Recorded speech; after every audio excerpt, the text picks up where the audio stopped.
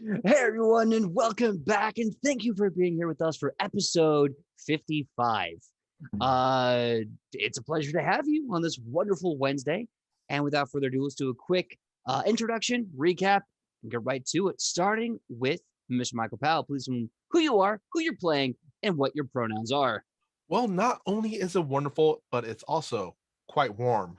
And I'm Michael Powell, and I play the fabulous Rufa, and he's an investigator and human, and pronouns are he, him, they, them. Awesome. Ian, tell us who you are, who you're playing, what your pronouns are. My name is Ian. I play Woodwort, the gnome druid, and roll for his little friend Mush. And our pronouns collectively are he, him. Awesome. All right. Sam, please tell us who you are, who you're playing, and what your pronouns are. Well, hello, I am Sam. I play Ichipochan Papaqui, also known as La Pacifica Dorita, and our pronouns are she, her. Excellent. Sidney, please tell us who you are, who you're playing, and what your pronouns are. Hello, my name is Sidney. I play Alona, the half-elf cloistered cleric, and our pronouns are she, her. All right. And Kylie, please tell us who you are, who you're playing, and what your pronouns are. Hi there, I'm Kylie, or I go by Kai. It really doesn't matter at this point. I play Shiona Biss, the Elven Ranger, and we both go by she, her. All right. Well, because it just leaves me. My name is PJ Megaw. My pronouns are he, him. I'm the GM for Nat 20 Productions and Edge of Legend, and I'll be playing everyone and everything in between. Without further ado, a quick recap. Last episode on 54, I believe. I can't believe we've been here for 54 episodes, 1 year, can't stop, won't stop. We had a lot of awesome roleplay. Ichi got a curse. Her hand's now super cold and shoots giant chunks of hotel lobby ice. It's great. Oh yeah, right there. Is it a curse?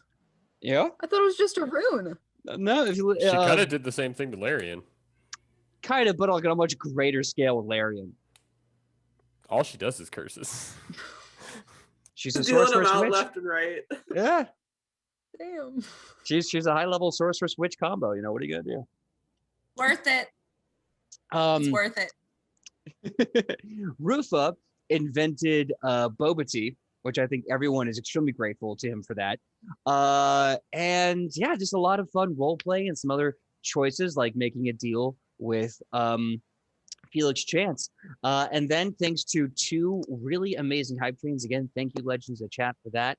Not only did we receive a letter from the now living, now back from hell, Awesome Ra, but we also revealed a very interesting letter and a very interesting necklace from Xanakin. In Orcish, it said, I trust you, and a major cultural concept in one phrase. I trust you. Now, it's really funny that we should say Xanakin because doing some research, the heroes found that it's most likely Xanakin is trying to accrue power in smaller hamlets on the eastern coastline, going back to where it all started, Cobbledale, to make a full frontal assault and take a major landing where he can make a new offensive against Adolphon Prime in hopes to steal the war away from Korokos. And as they got back to the place where it all started from, they kind of cracked their necks, got loose, shook it out, and began the hunt for Xanakin. And that is where we are starting today's episode. Episode 55, The Hunt for Xanakin. So, unless there's anything you want to do quickly before you commit 100% to the hunt for Xanakin, let me know now. And if not, survival checks to track. Man, I kind of want to start tracking Xanakin like Woodwort has tracked Ichi in town. I'm just going to walk down the street yelling his name as loudly as I can. I never know. Out of character, so as a group, have we decided whether are we going to let Xanakin come to us, or are we actively going out to hunt for them? I think the consensus was actively going after them. Yeah, Okay. because they're not at Cobbledale yet. So we're Okay. hoping to... I believe we were hoping to meet his lines Okay. outside of Cobbledale. Mhm. So it was at least spared, and then I think it was discussed, or it was my own headcanon of something I probably should have said, Okay. was that we were going to use Cobbledale and Eastwo's Door as a fallback. Mm-hmm. I don't know if that was mentioned or not, but Is it? No, we talked about it. Yeah. But yeah, no, we decided to go search for Anakin. Also, is it just us, or did we bring in any troops in with us, like a small strike team or anything? It's us and Morel and Tobias and Hera and Antigone and not Joey. not Joey. Yeah, I'm just saying the kid could become a scout. So it's all of our NPC friends plus us. That's all that we brought through. That's all that we brought through the door with us. I got a 22. Okay, very good. Let me get the rest of those survival checks. What you got? 7. Okay. I'm going to use my assurance for an 18. All right. What do you got, Sam? I got a 12. Very nice. And Michael, what do you have? I got a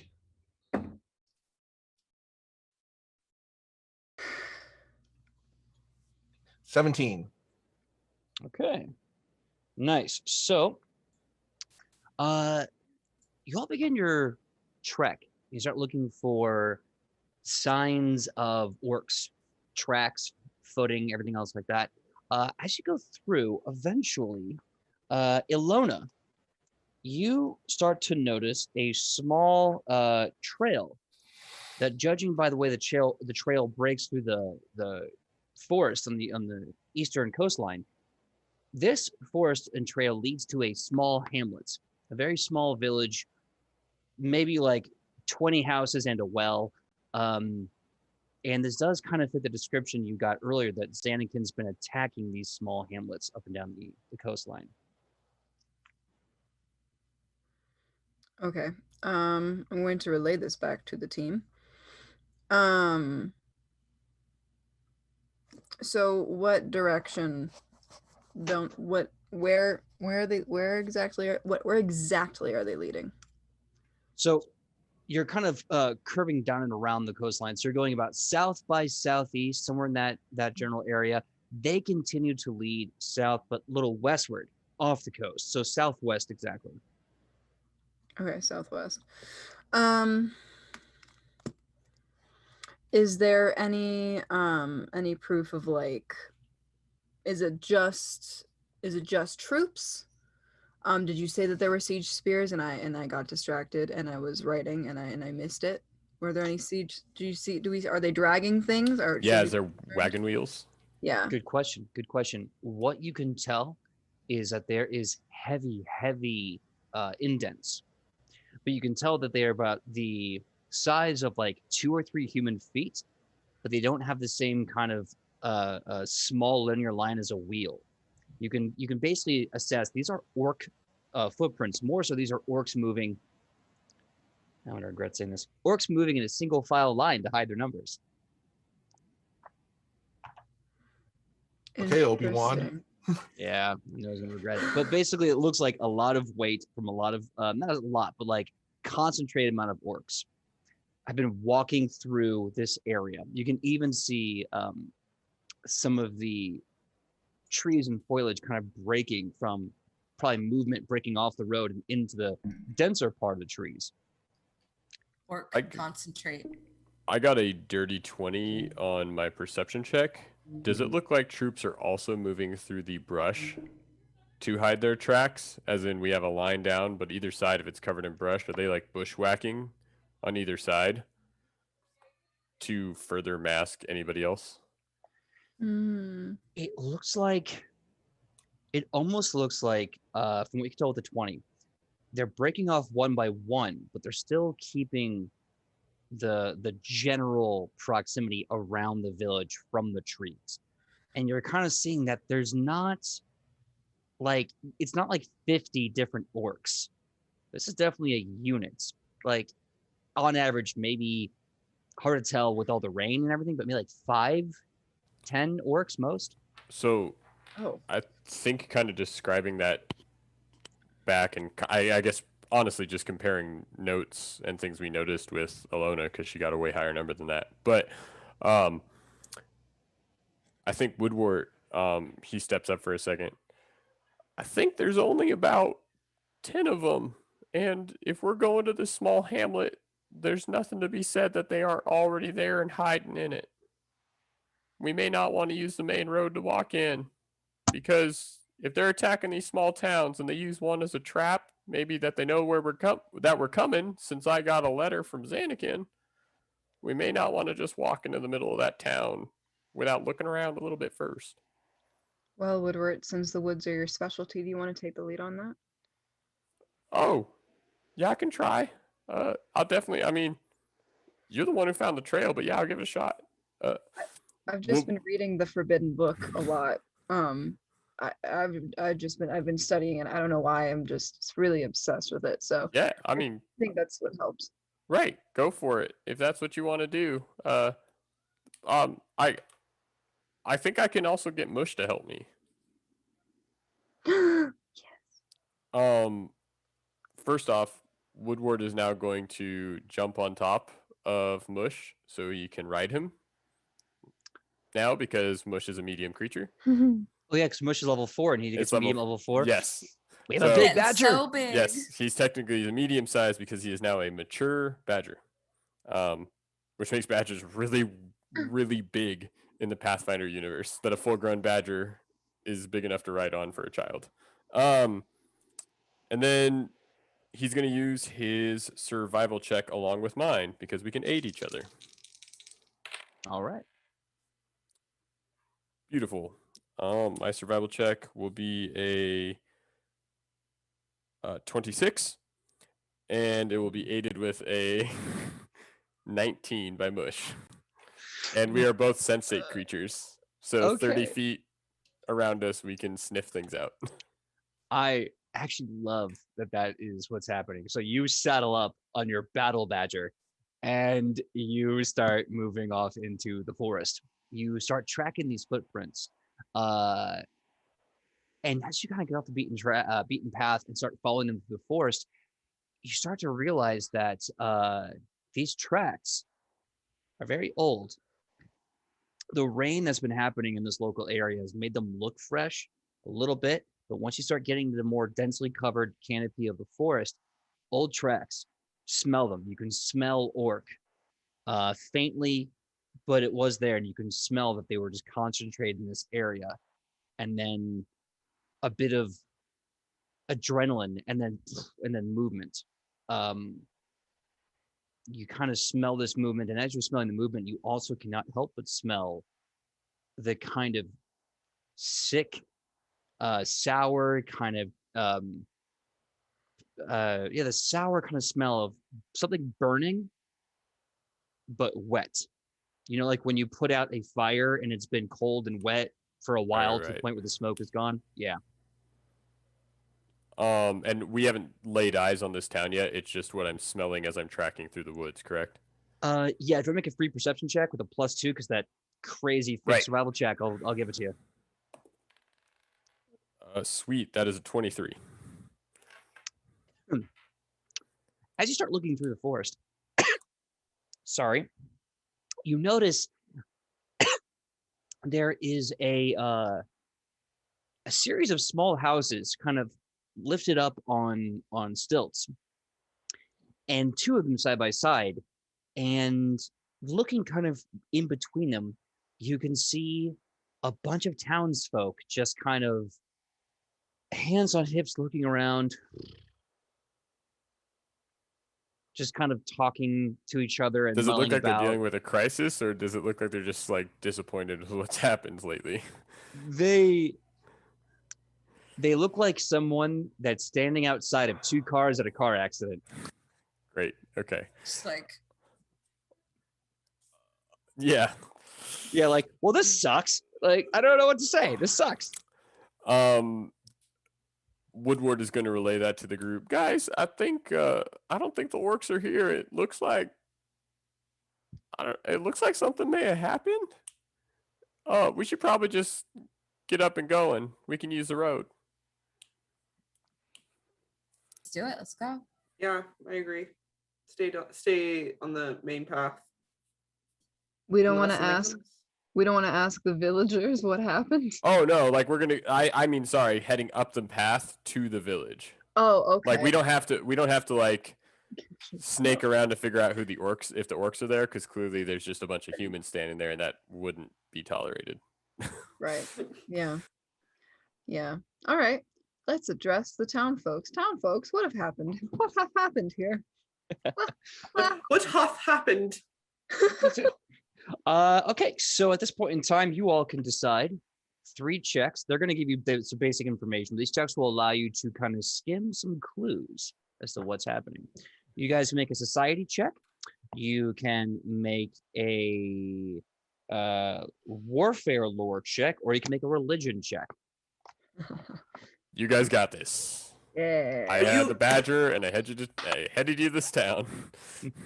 That's why we have different skills. Yeah, I'm going to use my hero point. First of the night. Better. I have a 12 for religion. Okay. Dirty 20 for society. All right.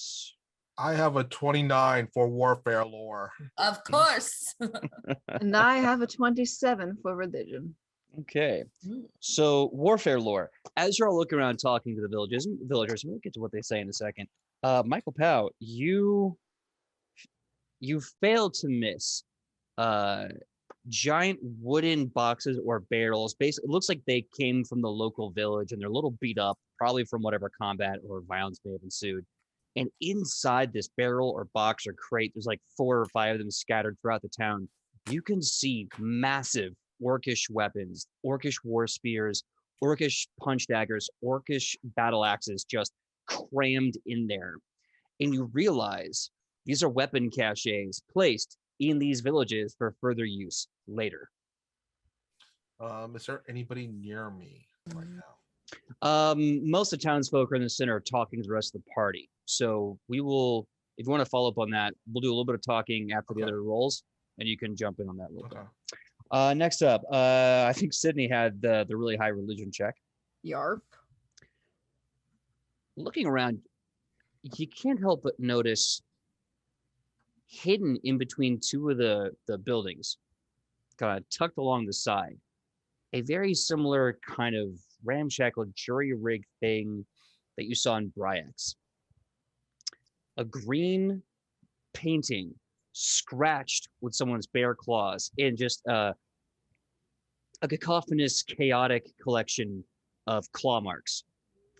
And you start to realize, start to remember, this is the jury-rig altars that the orcs make to Gorm when they're on the road. So they have an altar placed to Gorm. They have a bunch of weapon caches hidden all around the city, or all around the hamlet, really, like the 20, 25 buildings in a circle. And I don't believe, see, your society was, what was that, Giannis? Dirty 20. Dirty 20. You start to notice a bunch of orcish words scribbled on different houses, on very specific logs. You see orcish words all over the city, all over the hamlet. But it's just gibberish. Right now, you're like, I don't know what these words mean. That being said, E.G., since unfortunately your roll did not beat the DC, if you'd like to, you and Woodward and Mush can talk to the townsfolk about what has happened. I think Ichi's just watching Mush trot along, and she's like, Mush really getting big, isn't he? He's growing up. Oh, look, villagers. Woodward is kind of like, it's the silent doesn't want to agree but understands that he is growing up, and his little friend is not so little anymore. I think Woodward gets off of, like, dismounts from Mush, so he's not on the back of a giant badger trying to talk to villagers, and he just kind of approaches, and we haven't seen any of the orcish stuff, right? It hasn't been like relayed to everybody. So Woodward just walks up and it's like, hey y'all. My name's Woodward and this here's Mush and these are the rest of my friends. You what happened here? Y'all look concerned. It's really the craziest thing. Yeah, we were all sitting here just doing our business, trying to get some supplies of wood and water from the well. All of a sudden, we hear this noise. We look, and these like 6 green blokes just start breaking through the woods there, and then they just start ransacking the whole bloody place. So these guys came from the woods, not the well? No. They Okay. they broke through the woods over there. Right. Okay. How Did they- long ago? Oh, bloke, you just missed them. It must have been maybe like an hour or two at the tops. Which way did they go? Hold on. I'm not the tracker. Oi, Hunter, get over here. This is Hunter, the tracker. And this Hello. guy, Oi, I'm Hunter, the tracker. This is my friend Tanner. He's a smith. Anyway, so, hold on. The attack from the northwest came from the woods, and then when they left, they retreated southwest. Can I perception check to see if these villagers are hot? They sound hot. I don't know why. I'm sorry. I don't know why. Like attractive, or like they've been in the Yeah. sun? No. Sure. What, okay, They just sound like they are. they hold on. They came from what to southwest? just what before this just goes right off the rails. I just want to get these 2 things. Very fair. They attacked from the northwest of the hamlet, basically the direction you came from, and then they fled southwest after they attacked. Great, thank you. Now to the important part. I'm sorry for 17. this commercial break. 17. Hold up, I gotta do a stupid thing. Yes, You're rolling no. a coin to That's see what if I'm they're here hot. for. Oh my god. Oh no, they are. They're hot in that kind of Chris Hemsworth, like the hunter and the Snow White kind of way. You know what I mean? Rugged, dirty, gritty, strong. They wear leathers, Alona just skates her way over. Yeah, Are they? apparently. Are they himbos? Roll for himbos. Hold on. We're flipping for himbos. Never thought I'd say that.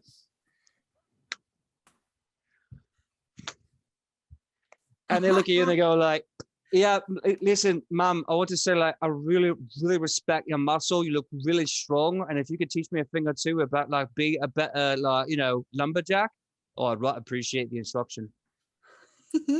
Rufo, we have like business cards or something, right? I know we've got to go like catch orcs, but like, just gotta leave them our contact info. No, we don't. Rufus I'd just brain check. kind of gives that look over to Itchy, like, really look. Networking. Ichi works hard. She deserves this. All right. Well, I'll have to get a rain check. Did Ichi just hit him with a Matthew McConaughey right there? Did you start that off with all right? All And right. just- All right. All right. Is that like deep in my psyche? It must be. Well, I would love to. I would love to show you a few things, but we are the tip of the spear, and we have to go follow those orcs to help save you. Oh, it really makes me feel safe knowing that there's this awesome person that I like, saving us all. That makes me feel secure. And I have to say, honestly, it's the weirdest thing. See, those orcs, yeah, they just ransacked the town. They didn't kill nobody, yeah. They only damaged like a few buildings here and there. They mostly just sort of like, came in, shouted a mess, put up some items, scribbled on me back of my shack, and then they left. It was weird. I know what did they write on your shack? Oh, I can't read that mess. Yeah, I'll show you. And they Yes, take you. show us your shack. You see. Tried to You keep a see, straight face. I couldn't do it. you see this rather large and well-made wooden square house up on stilts with a nice wooden staircase leading to it. And he's like, "Oh, this is my shack. I work to build the whole place. Yeah, this is mine." And I'll show you on the round side there, on the back side. I unfortunately can't read it. I think it's letters, but I really can't tell. What does it say? Give me a society check.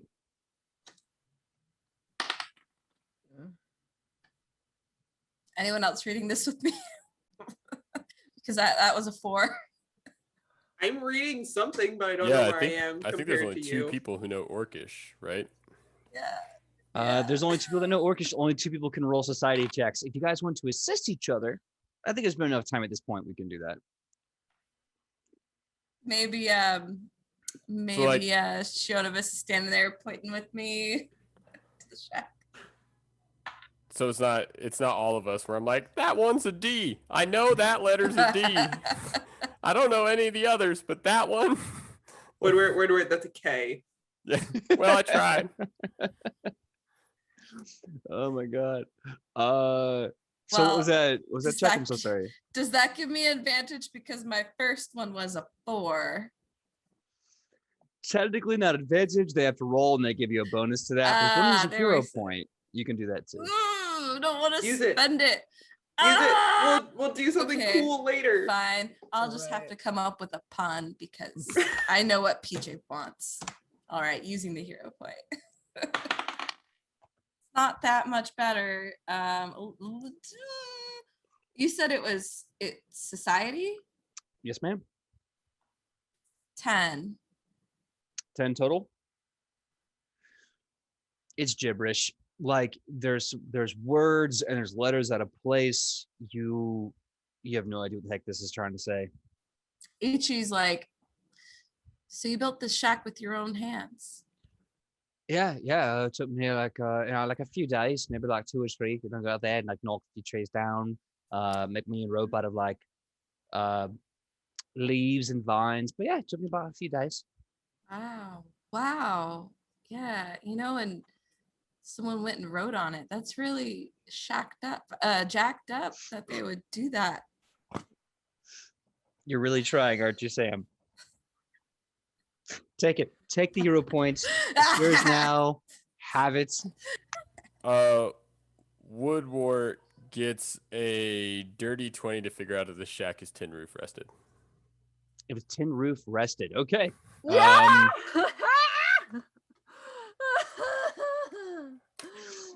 Are we talking the theater play or? No, we're in the Play. middle of a B-52 song. Yeah. Oh, because it's a Yeah, love shack. God, You're welcome. Rested. have it, Thank you, Ian. thank Here's you, your thank hero you, point. thank Have you. it. I'm gonna cut back to Rufus. Rufus, you found the weapon caches all over town. Mhm, I'm gonna give you one more bit of information. mhm.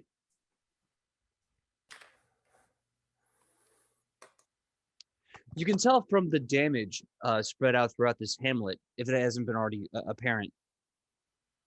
This was shock and awe. This was fear. You can tell that if they wanted to kill these people, they could have massacred the whole place in minutes. But no one's killed, and it's just a bunch of superfluous damage. This was done smart. Okay. Rufa looks over to the group as they admire the villager's shack. But then he looks over and I just say he sees Morel and he just kind of, low key kind of motions him over. He kind of looks at everyone and double checks, and then kind of like trots over. Oi, what's up, mate? In a very low voice, so only they can hear each other. He goes, it looks like Rufa has found a little something. And then he kind of motions over at the weapons cache, kind of, low key. Mm-hmm. And this whole operation here, This village itself seems mighty suspicious. And relays the info that you gave PJ that if seems very off, does it not? Morel looks around, and after you told him what he told me, looks to you and he says, if I was working on my own and I was working with a small unit, and like Zanakin, I wanted to have a war taken away from someone, then I would absolutely want to have little depots for supplies. I feel like, I mean, that's what it is, yeah? He's making Yes. remote supply depots. Do you suspect what Rufa is suspecting, that these villagers that how the young kids say mighty sus. Oh, right. I mean, everything here is mighty sus, mate. I mean, we have weapon caches all over, a town that's not really attacked, just scaring people, if you ask me. There's something going on here. I don't know what it is. Rufa thinks that anything that these villagers revealed, that we should stay on our toes. Perhaps perhaps be on our way. Rufa is getting a very mighty bad feeling that we stay for a long time. Well, much like a Venus flytrap, snap. Yeah. There we go. We're back. Okay. He kind of nods knowingly. I'm gonna let Hera, Antigone, and Tobias know. That way we can at least keep an eye out in case, you know. Be subtle. Be very, very subtle. We do not want to give these villagers let them know that we are onto them if there is something going about. Mum's the word. Hmm. And he kind of trots off all clack, clack, clack, clack in his heavy plate mail to go tell the other NPCs. Rufa's gonna go over towards the party now, and it's gonna.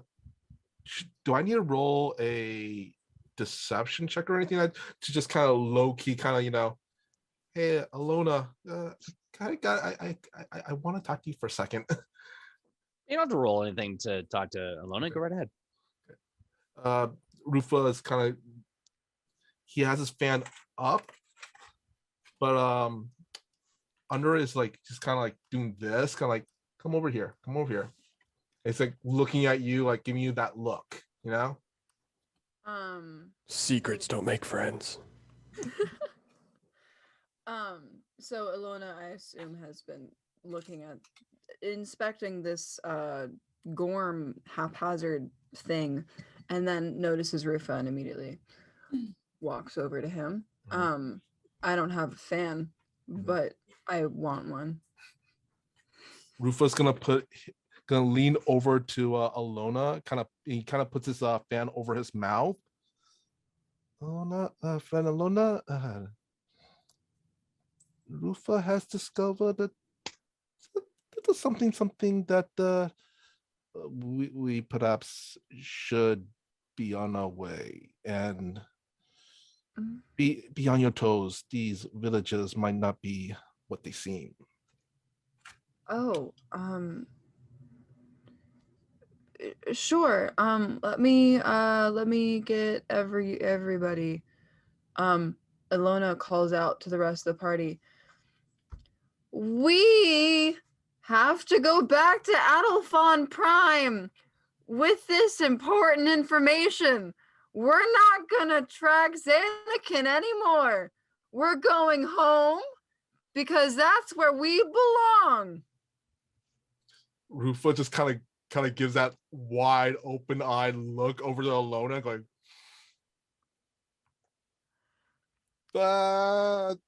yes, Rufa left his pills. We need to get Rufa's pills. Rufa's off his meds. We have to go home. Oh no. Ichi it turns from like her shack business and is like, I didn't know Rufa took medication. That's kind of weird.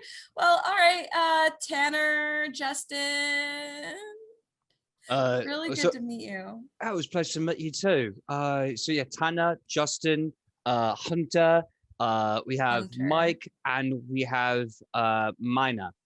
Mina is actually the Fletcher. You're all wonderful. You're all wonderful. Keep doing what you're doing. Sorry I couldn't read this. One last question. What were they yelling?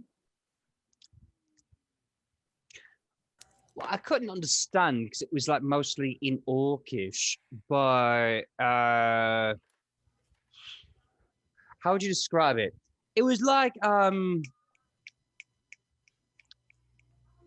bark for bark. No, it wasn't bark for bark, mate. That would Oh. make no bloody sense. But does that sound something? Yeah, that sounds like something. Alrighty. All right. Well, keep doing you. Keep, building things. Stay strong. Then I'll walk back over to Shionovis, or not Shionovis, Alona. All right.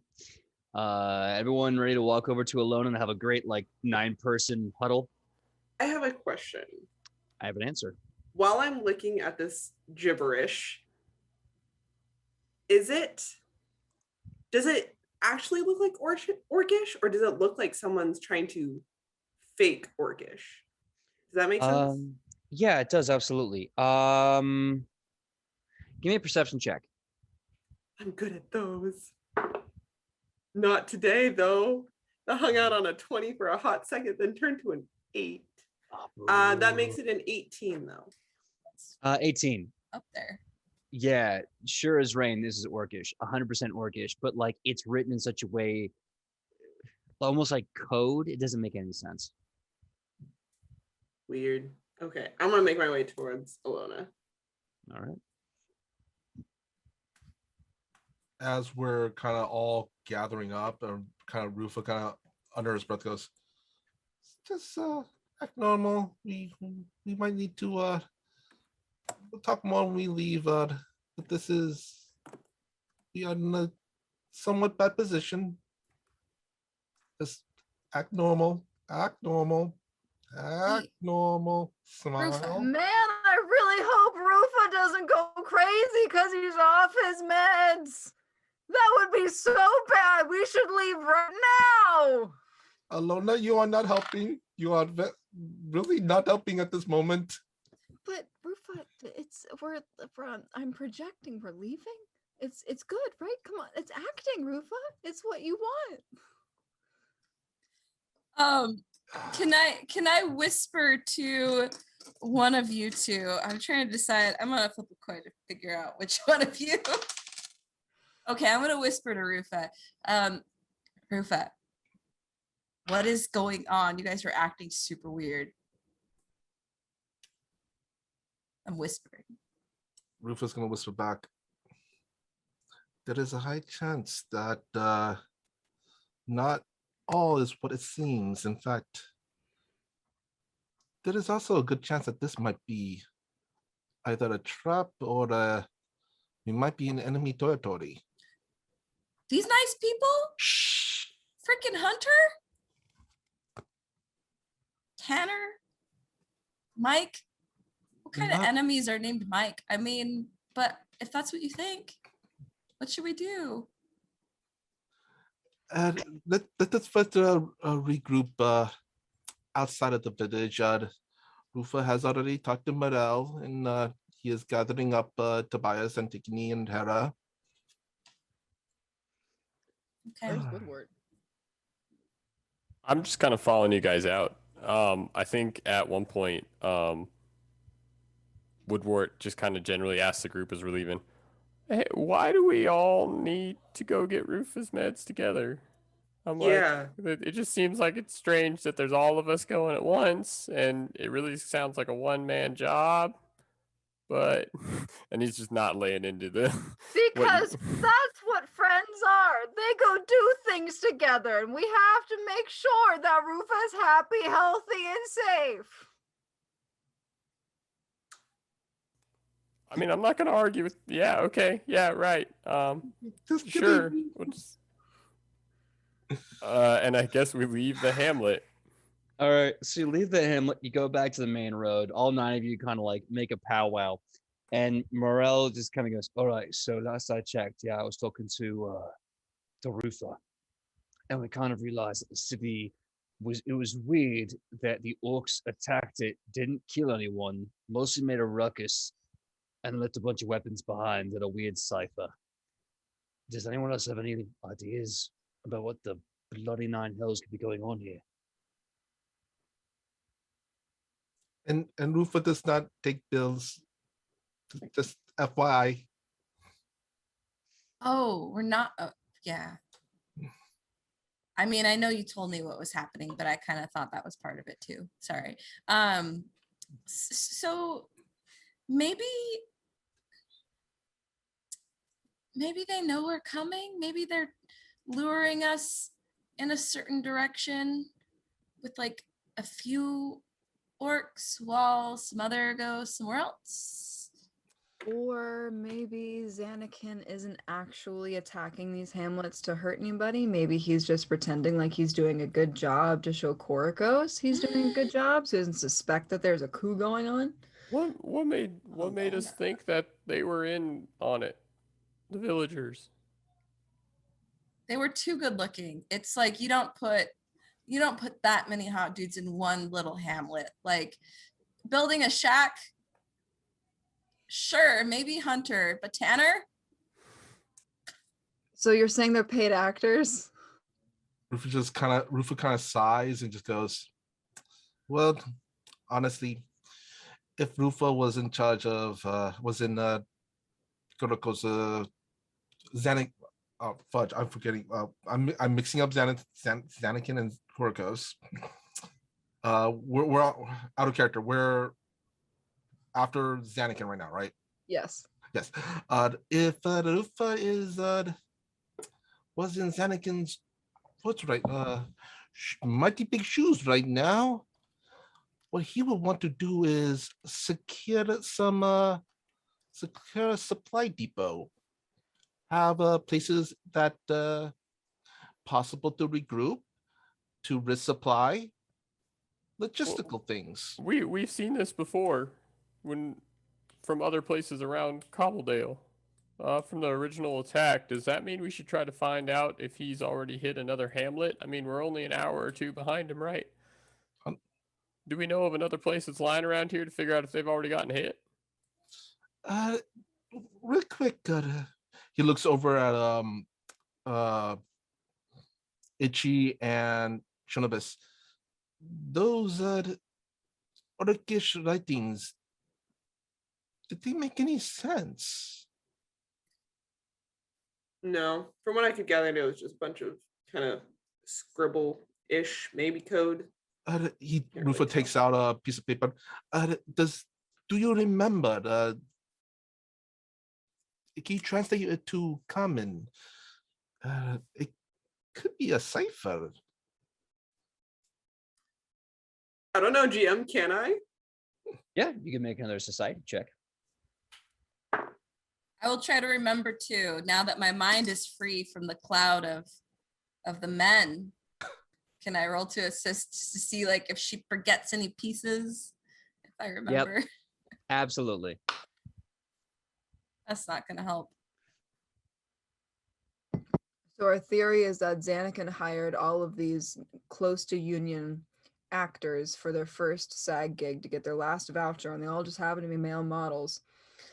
And this is their first like real acting job, so they really got into character, right? That is not my running theory. Pretty much. Absolutely not. No.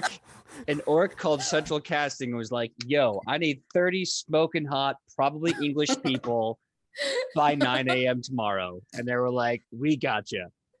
Quick, someone do a history check of this area and see if they're even English. They're just faking it. They're just making, because it's the one accent every bad actor knows. Oi, governor. Yeah. Oh my God. They just randomly made a character choice. Like the director didn't even ask them to do it. They just were like, "This is what I want to do." And the director was like, "No, i.e. Xanakin." Xanakin was like, no, you don't need to do the accent. Like you can just be there. And but the actors were like, no, we want to do this. Like this is what my character would do, even though there's no like character. The My AD's theory- like, he made a choice, now he's stuck. We already got him on the master doing it. We're just gonna have to move it along. And there's like Xana going, fine, but we are not doing close-ups on that guy. Move on, come on, next shot. Could you tell My their theory- actors? These folks. Roger is Tanner, Tanner is Minor, Minor is Mike. And so they've all just like switched names. That's suspicious because out of character. I'm pretty sure the one guy's name was not Justin, and Ichi just forgot and made up a name. And then he's like, yeah, my name's Justin. Plot twist, he forgot his name too. So, So let me with those society checks, please. Mine was 4, so it's not going to help you. I'm so sorry. It's okay. Mine was a 15. As you try to translate it into common, it doesn't make any sense in common either. It's like those really weird dumb ciphers from like World War II. It's like wet squirrels don't fly at night. The whole thing, it just doesn't make any sense. PJ, now that it's translated to common, to something that Rufa could actually read, can I roll like a perception check or something to kind of, if it's a code, to decode it, kind of find the keystone letter or phrase or something? Since it's going to be kind of happening on the fly, you can. Okay. You have to roll for it, effectively. Yeah. So perception? Mhm. Okay. Let's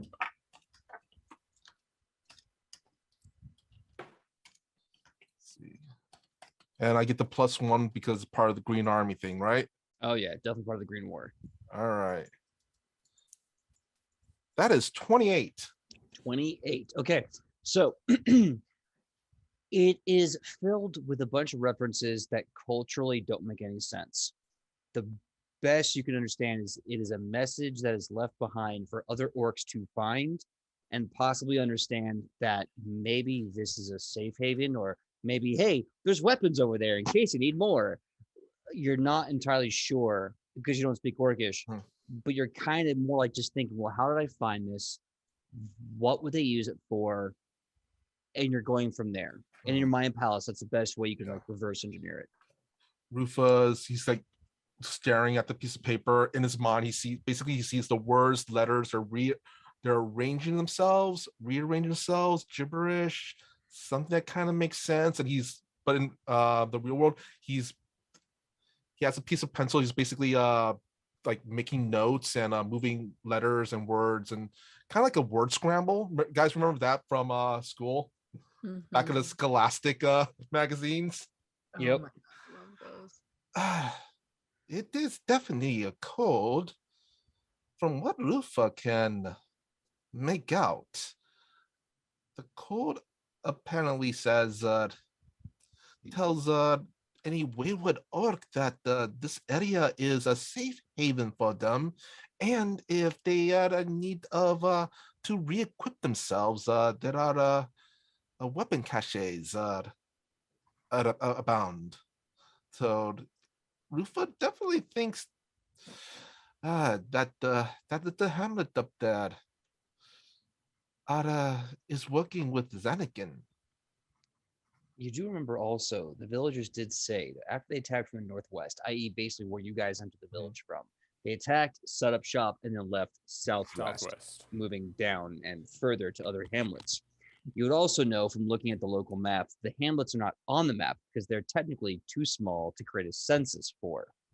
So there could be a whole spattering of tiny hamlets of no more than 20, 50 people that he's already attacked, where the people are still alive. They're in their huts. There's weapon caches. There's altars to Gorm, and there's orc ciphers all over the cities, or all over the little hamlets, I should say. Friends, there is also another possibility that Rufa really hopes it's not actually actual.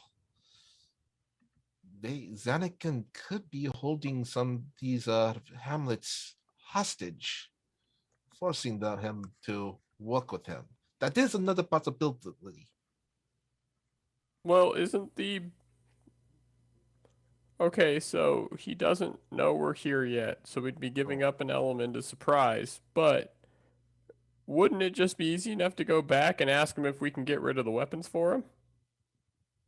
Figure out how they react, or maybe even ask for one to use as proof that the orcs have been through their town. There are dangers with that as well, my friend. That could reveal ourselves to them, Right. make them hostile, or that could cause danger to the hostages. How I do want. we- Oh, I'm so sorry, Sam. No, we're gonna say stepped on your toes. I was just gonna say, how do we know? How do we find out for sure if they're hostages? I feel like that's our first step. Yeah, I think that's it. Right now. I feel like if we took something out that should have been there, they probably would get scared about it. Right. Our best bet is right now to perhaps observe. To Well, we got to go find another Hamlet because we just left that one for your meds, bud. True.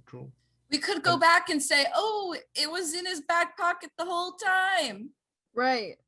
Or we could be like, oh, sorry, Rufa discovered he no longer has irritable bowel syndrome anymore and doesn't need the medication. So we're fine. It's a little less believable, Alona. I'm just going to be real with you. Sidney, it's you good, get a though. You hero tried. point. Sidney, you get a hero point. First of all, so you all get a hero point. You made me laugh the whole day, and I've had a really long and rough day. So you guys made my entire night. You all get a hero point. Aww. I also want to say, Kylie, give me a free society check with a +4.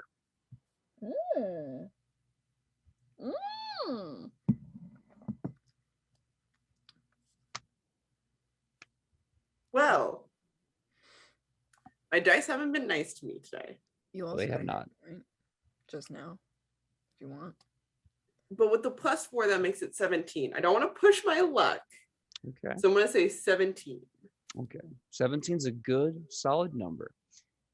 You remember from your thousands of years of life and the times that you spent around the world, you remember there's a very specific code of conduct about the Black Spirit tribe, but also orcs in general when they get to raiding and warring and things like that. They don't work with humans. They don't take prisoners. They ambush, take what they can, kill who they need to, or who they can, and leave. The idea that these people would be working for Xanakin or are his hostages when he is not around doesn't strike you as something that orcs would practice in war, let alone from their description, 6 or 8 orcs would even be able to maintain a ransom against 20 to 50 humans. So, yeah, the thing about orcs is they're not like big on hostages. It's not in the code. The pirate code? Thank you. Parlay?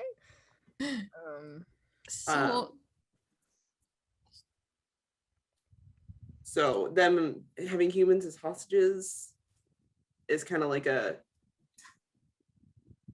gonna say it's slim chance. It was a slim chance that they even worked with goblins when they did, and that happened. So working with humans is even slimmer.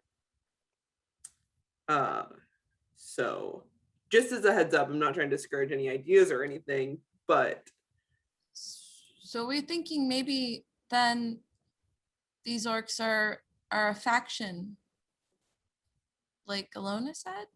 Is that what we're thinking? could be.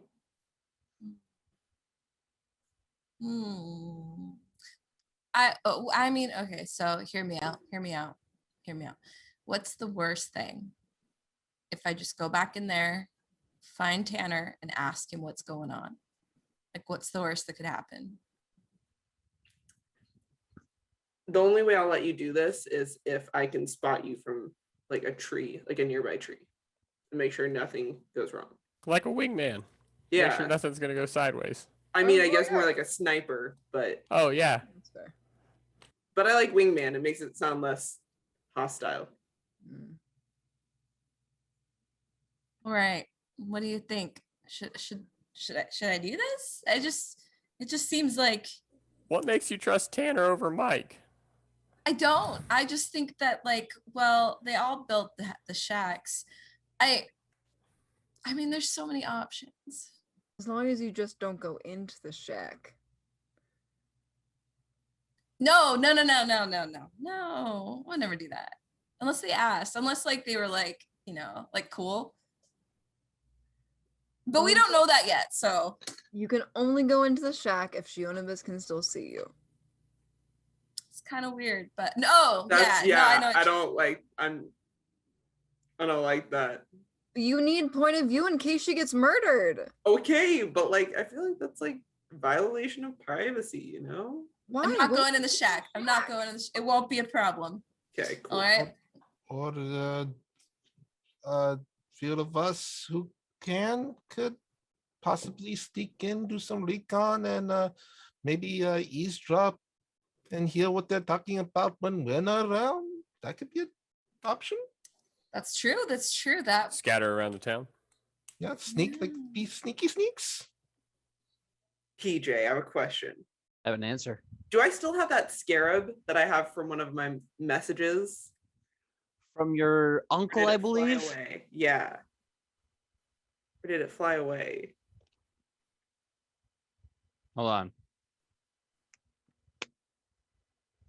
It flew away after the message was done. Cool. Never mind. PJ, I have a question for you now. I have an answer. I've been pretty much keeping everything that we've been we've gotten through our adventures. Mhm. Does Rufus still have his Shiv costume, his pirate costume? Yeah, I don't think anyone got rid of their pirate costumes. I think that was all too near and dear to everyone's heart. Okay. Absolutely. Rufa's gonna look down at his bag, goes, "What? Rufa could possibly masquerade himself and go forward and maybe pretend to be a merchant or a traveler or something." And yeah. so we have trickery, stealth,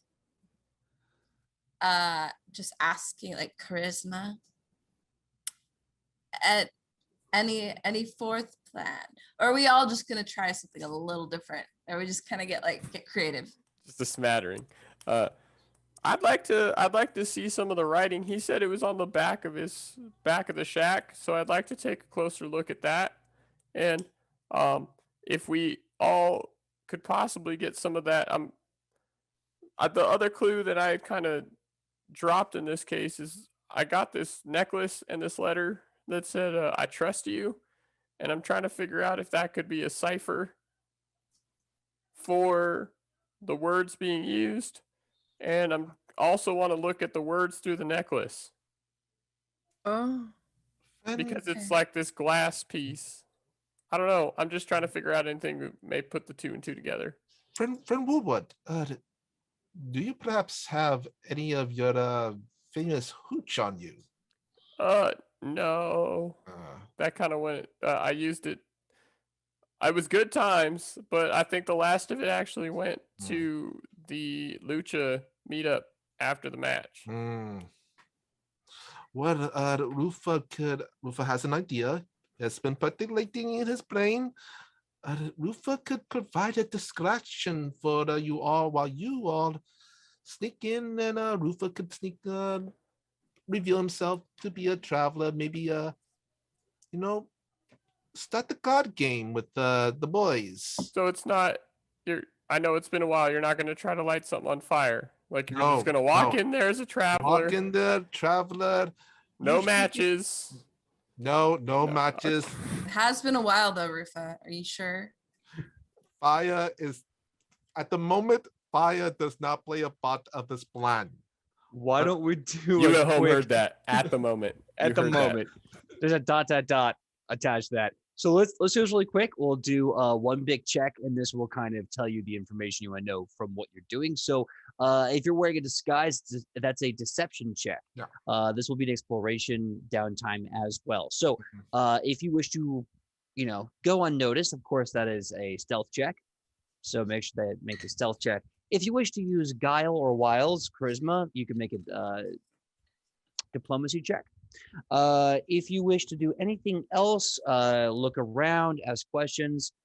Let me know really quickly. Does anyone have any specific thing that I did not cover already? Nope, just using up my hero points. I mean, I would like to, I mean, Alona, I think personally would like to sneak around and take a better look at that altar just in case. Okay. Religion check, and then when we get to you, just let me know what you want to know. We'll go from there. And you said you're using hero points. Ian, what do you? What Yeah, are you using I rolled a stealth check, and especially because I only have a +2, I re-rolled and I got an 18. Okay, for my that's not stealth bad. check. Yeah, it's not bad. And I'm not gonna burn through all of them. I had all 3, so I'm willing to waste one, but not all of them today. Yeah. So 18 for stealth. Shunvis, what was your stealth? Dirty 20. Dirty 20. Very good. Rufo, what about the deception check? 27. So basically, yeah, he's gonna try to get a card going in his disguise with the boys to provide a distraction for everybody else. Okay. Sam, what was your check? I did diplomacy and it's a dirty 20. And Ichi's just going to go back in with some excuse about how she just wanted to make sure they got her information. So like when she comes back this way, we can meet up and train. And also just be like, yeah, so what's going on? Like, what's really going on? That kind of stuff. Okay. Dirty 20, 18, And what was that religion check? Sidney, what was your religion check? So sorry. Oh, no. My religion check was a 24. Awesome. So Rufus' amazing deception check basically gets like half the town to him because they don't really have anything else to do. So that's gonna give everyone a +2. The stealth checks work great because of this. Woodward and Shunvis, where are you're sneaking into Hunter and Tanner and Miner's house, right? I don't want to sneak into the house. I heard that there was scraping of the letters on the outside. Okay. So I don't want to go inside of the house. Don't care about that part. I'm not going to chance it. Okay. I definitely want to see the letters on the outside and look at them through the bottle. Okay, so yeah, you get the necklace. Gem. The necklace, right? Yeah. You look at it, it doesn't seem to have any special effect, but it still feels important to you. And looking at it, it's definitely orcish. It's definitely gibberish. You have no idea what it is. Would I be able to scribe a few of the gibberish, or like at least the one I'm looking at, if it's different down, so we can try the cipher I trust you against it? Of course, absolutely. Great. Yeah. So you can just write that down. Shionibus, you're looking inside their house to see if there's any hidden information. I am going to be on the back side of the house, so probably with woodwork, and just have an arrow docked, but like low to the grass, like fucking Simba, like when he's like trying to pounce, and then just like have eyes on Ichi, but I want to be on the back side of whoever she's talking to. All right. So Zazu in this case is Hunter or Tanner? You're talking. Which one of those are you talking to Sam? I'm going to talk. Ooh, let me use my D2 to figure out. One is Hunter, the other side's Tanner. I love it. Hunter, we're gonna go talk to Hunter. All right, good old Hunter is being hunted. Poor guy. Hey. So Hunter definitely seems excited when you come back and you guys are shooting the breeze and talking. He tells you basically he was getting back from catching small game and making sure that they could build the next like little trail to the next town, the next hamlet, and then everything already happened and everyone else is all like, yeah, I was there.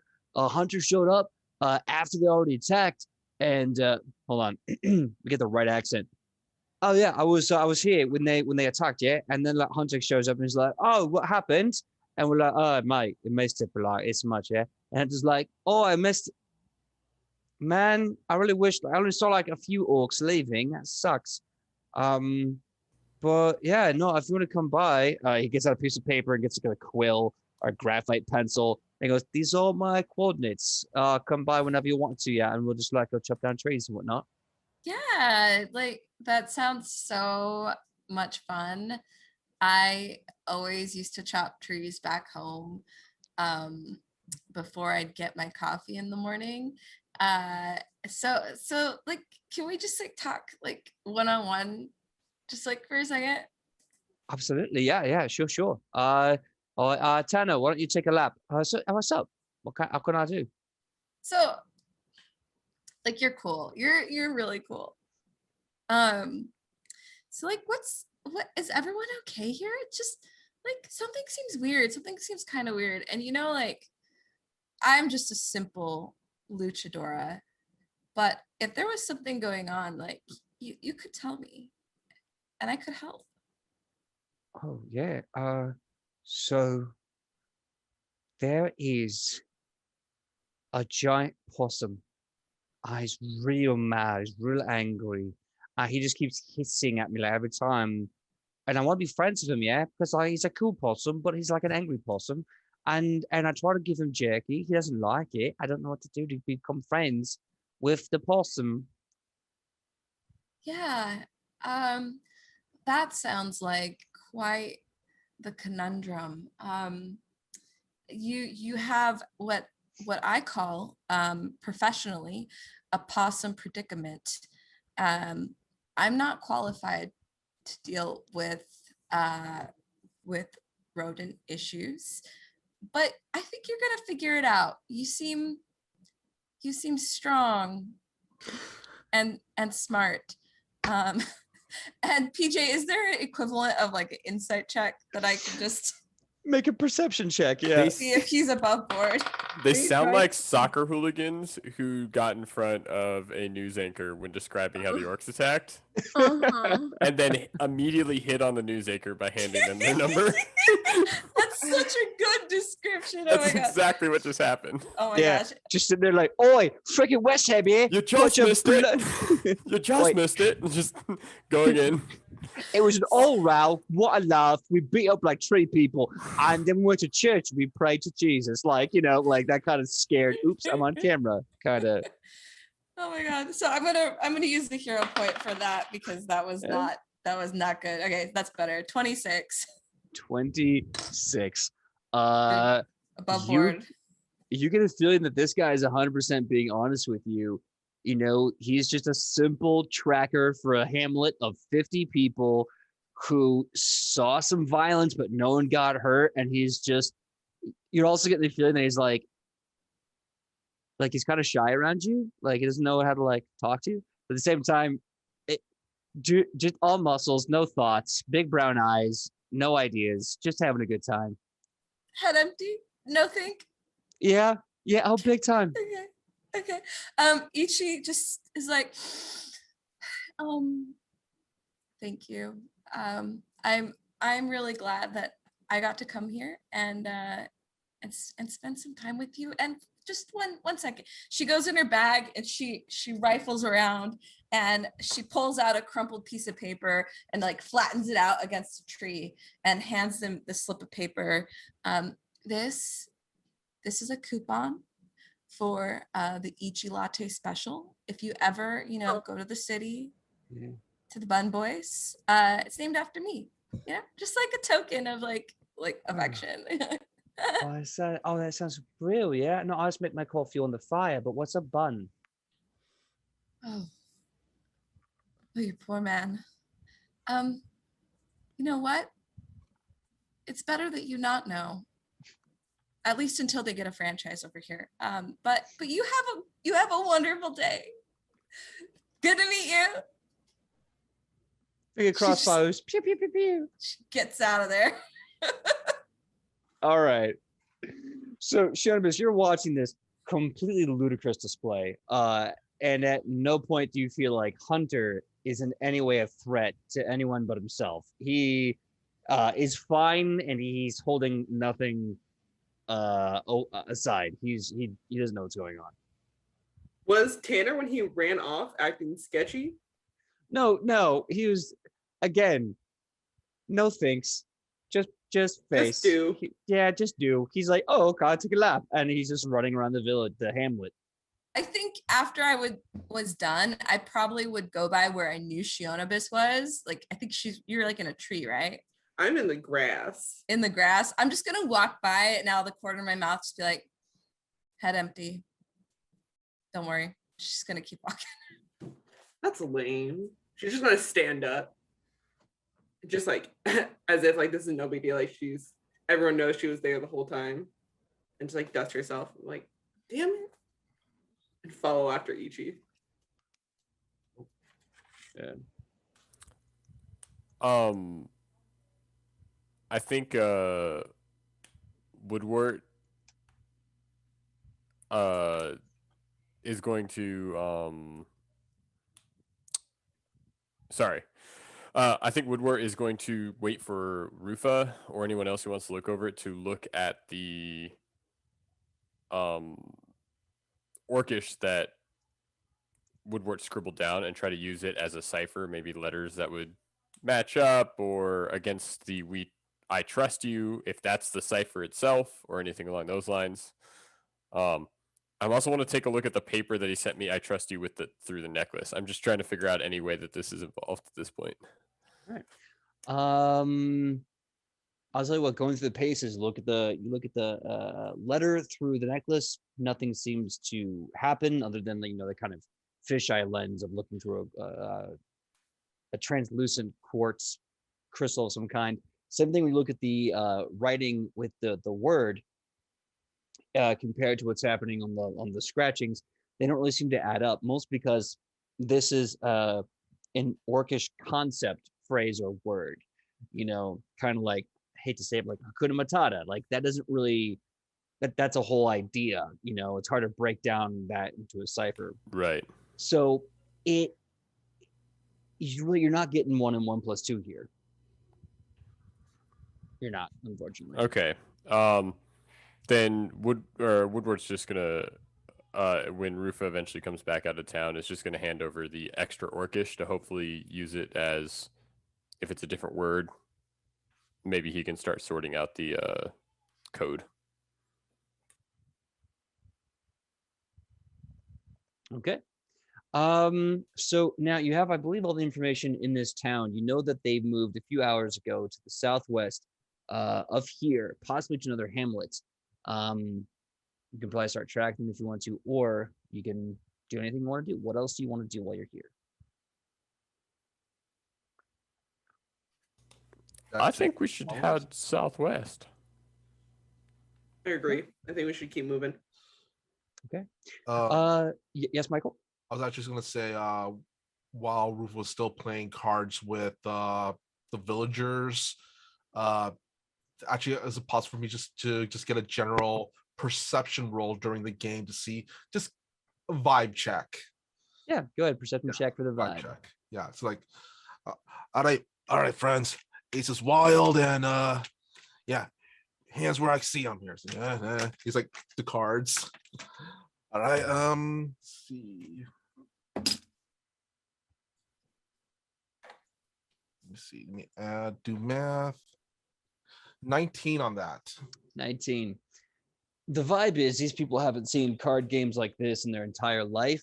Mm-hmm. They mostly just play like physical games and physical challenges, and this is fun. This is a great day for them. We got attacked by orcs who didn't kill nobody, and cards. Yeah. All right, this is Adelphon Hold'em. Yeah, Ace is wild, and yeah, like I said, hands on your table, and I don't want to see any funny business. They put their hands on the table, and they're like, I don't know what funny business is, but I don't want part of it. No. Can I actually last thing? Can we see if Rufa kind of like, we're playing for money? It's gambling, so. Oh. You really want to fleece these people out of what little money they think they have? Okay, I'll tell you what. He knows that money, so he's gonna do it in supplies, and that's gonna be booze. They say they only have one bottle of legitimate booze that they've been able to get through trade down this path. They have homemade booze. You get your choice: homemade booze or the one good vintage.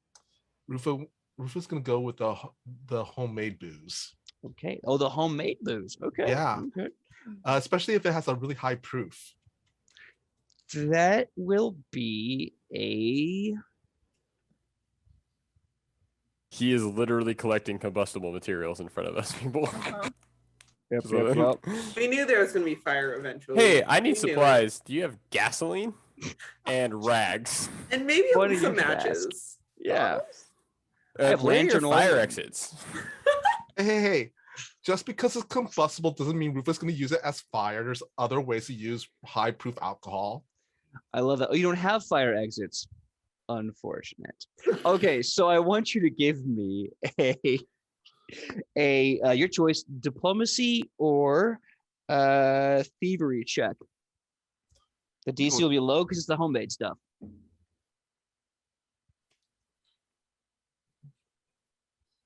Oh, plus C. 23. 23.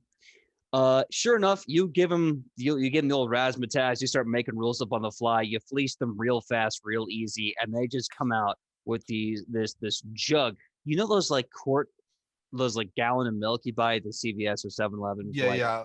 Like those jugs with the 3 X's on them. Yeah. Well, yeah, the plastic one. It's about that size. It's a clay jug, and they kind of you hear this heavy slooshing, like there's something besides liquid inside. They put it down, and they go, "Oh, there you go."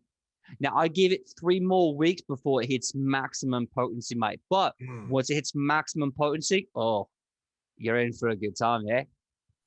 Good to hear. Good to hear. Pleasure pleasure to play.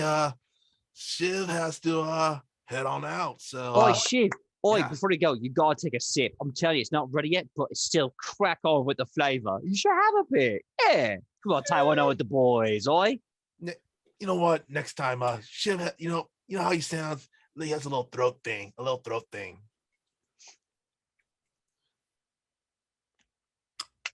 Soccer hooligans. They're like, I just thought that was his accent. And the This level chant can- begins.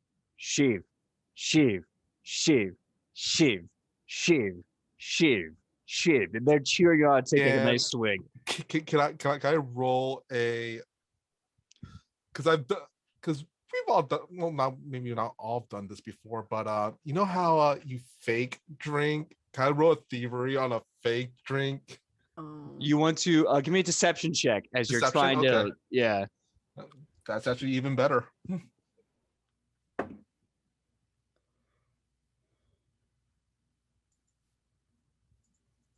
Plus, that is a 27. Yeah, you do the whole like, oh, good booze.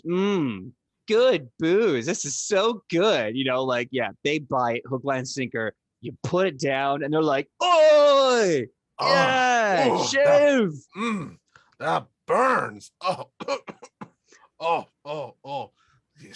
Shiv's gonna sound like this for the rest of the week. They give you very hard and hearty pats and slaps on the back as you're faking it and just letting it touch your lips and not actually like drinking it.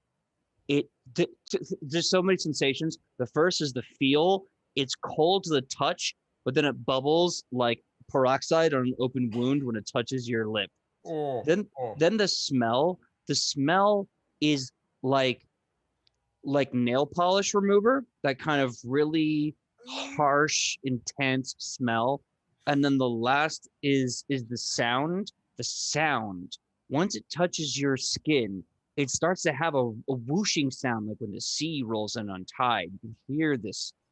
You don't know what the hell is in this drink, but how is 3 weeks going to make it better is the question mark in your brain. So this is essentially industrial paint thinner or boat cleaner. This is basically super white lightning. Ugh. Mhm. All right. With all that done, Rufa's gonna make his way out the village. All right. Really fast. Everyone give me a survival check. You guys are moving to the next hamlet, correct? Southwest of here.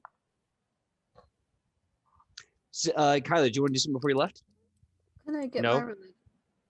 Oh, religion. Thank you so much for reminding me, Sydney. Thank you, thank you, thank you. What was it It's you'd like to okay. know about the altars to Gorm before you go? The altar to Gorm, I wanted to know if it was used or if it was just made.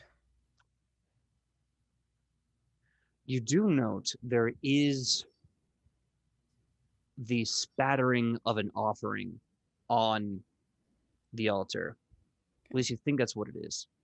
For sure, it's blood. You can't tell what. You can't tell if it's orc blood, human blood, animal blood.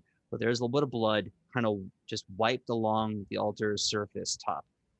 It's starting to dry a little bit, starting to kind of, dry and coagulate. So it's Okay. definitely something was prayed to Gorm. Maybe consecration? Okay. Thank you. My apologies for forgetting. So everyone give me survival checks if you haven't already. Let me know those numbers. I got a dirty 20. Dirty 20. 15. I got a natural one. Oh.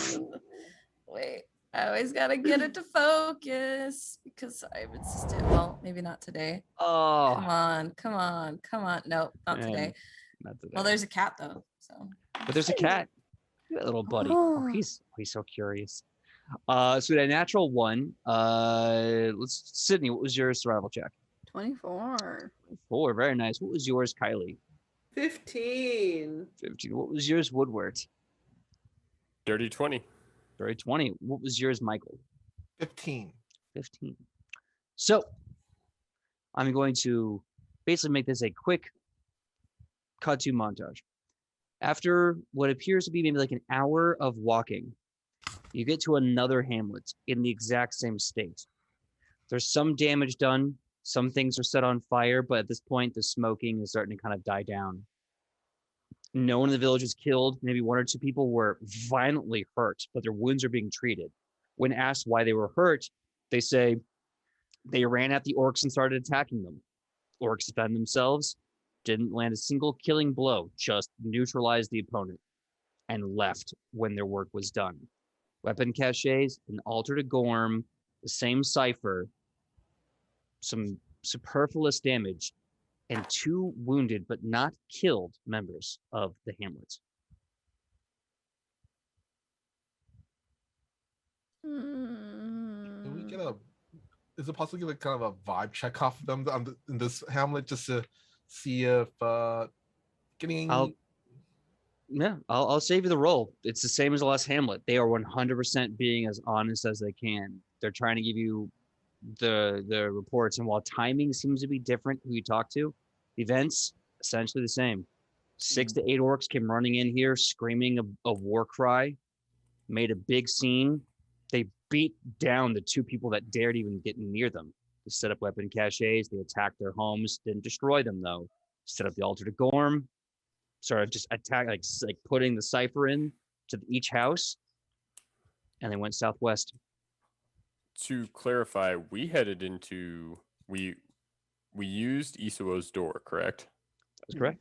And then we headed from Cobbledale to the village, heading in from the northwest, and then leaving from the southwest of that village to this one, away from Cobbledale.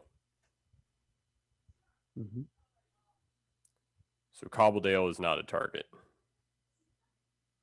I don't understand why they would set up caches going away from Cobbledale unless they're hoping to come through Cobbledale and use these. Is Adelphon Prime southwest of Cobbledale? Adelphon Prime is directly west of Cobbledale. However, the entirety of it and its city-states are surrounded to the south of its borders by forest and hamlets. So it is not against Cobbledale. They're stacking up an attack against the hamlets and the outer edges of Adelphon. Give me a warfare lore check. Everyone Ooh. can do this if you wish to.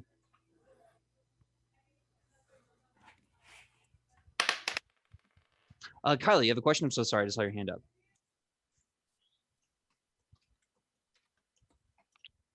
I think Kylie is not with us right now. She's frozen in such a great position. She is, She though. is. Yeah. Yeah, honestly, looks so intense. Yeah. She's like, Perpetually this waiting. sounds like bullshit. No. Talk to the Kylie's hand. Woodwork got a 3 in warfare. All right. Got a 17. Not much Ooh. better. Oh, we got you back. Kylie, come Yeah, back. went out. Kylie came back. Got a 25 on the warfare lore. 25 warfare, 3. I think each of you said you got like a 15, 17? 17. 17. Okay. We're doing warfare lore. If you want, you can roll that for us, or a society check. Before we do anything else, Alona, are you doing warfare lore? And if not, is there another lore you wish to roll, or another thing you wish to roll? Sorry. Can you roll warfare lore without having it? You can do a Or general can lore you check. just roll general? Okay. Yeah, Okay. I'll allow a general war check. Basically, just change the DC a little bit, make it a little harder. That's good. I got 18. Okay, 18. 18, 17, 3. What was yours, Kylie? 12 for society. 12 for society. And what was yours again, Michael Powell? I think it was like 20 something? 25. 25. Okay, so the 17 and 18 warfare lores. You remember hearing that the target was Cobbledale. If the target is Cobbledale, then in theory, all these hamlets do kind of lead the way. You're just coming at it from a different direction, possibly. Warfare lore for Michael Powell, it does kind of make sense if you think about it. If he is preparing a supply chain or a depot or a chain of supply depots, then he would be allowing orcs from the farther south of the continent to go north unimpeded with weapons, with safe housing, and with altars to Gorm to meet him for a full-on assault to Cobbledale later. Friends, if Rufa putting his feet in Zenikin's mighty big shoes, it looks to him that Zenikin is creating a supply chain, a depot. So when he actually strikes at the fun, he would have safe housing, supplies, weapons, what he needs to bring the city down.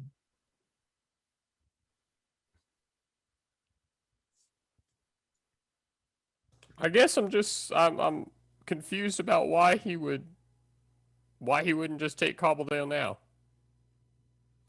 What? If it's here and it's ready for the picking, I just don't understand why he wouldn't take Cobbledale now and move on. Why would he go from Adelphon to Cobbledale?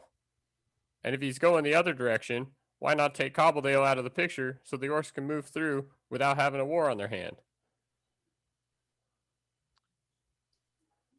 Well, they could take it, but that does not mean that they can hold it. If they have a secured supply line, then they could win this war. Yeah, they might be able to actually win this war. Really fast.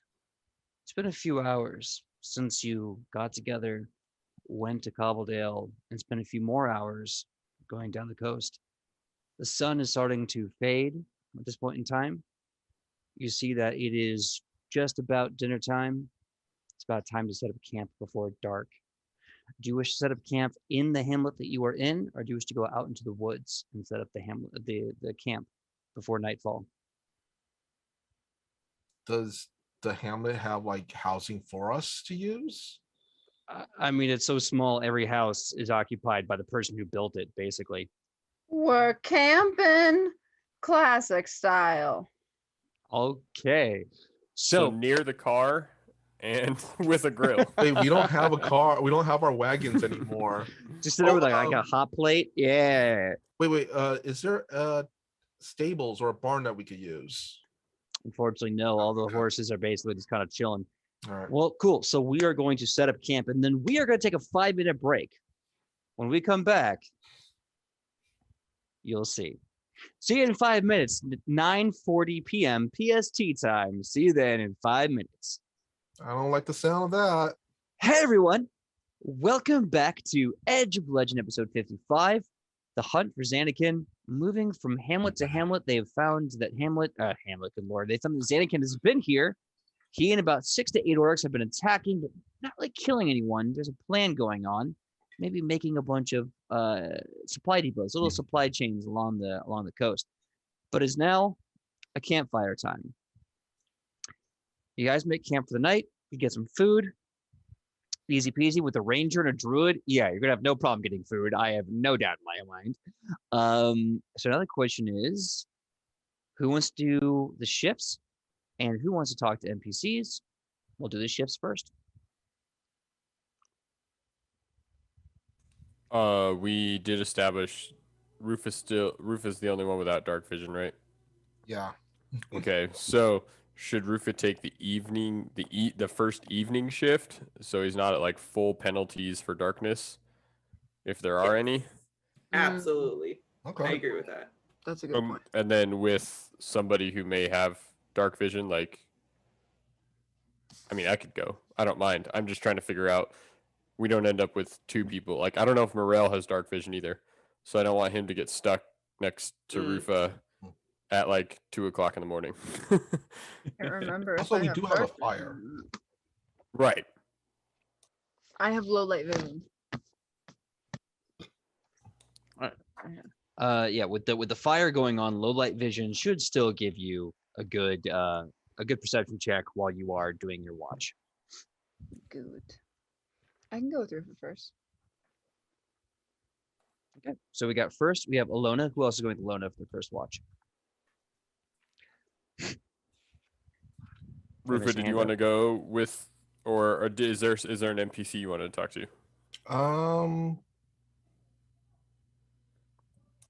I'm good with anyone, honestly. Okay. Also, yeah, I'm good with anyone. Okay. Cool. So that'll settle the first watch. Okay, Alona and Rufa. Okay, who wants to do second watch? I'll do second watch, or unless Woodward. No, I can either join, or if you want to talk to an NPC, feel free.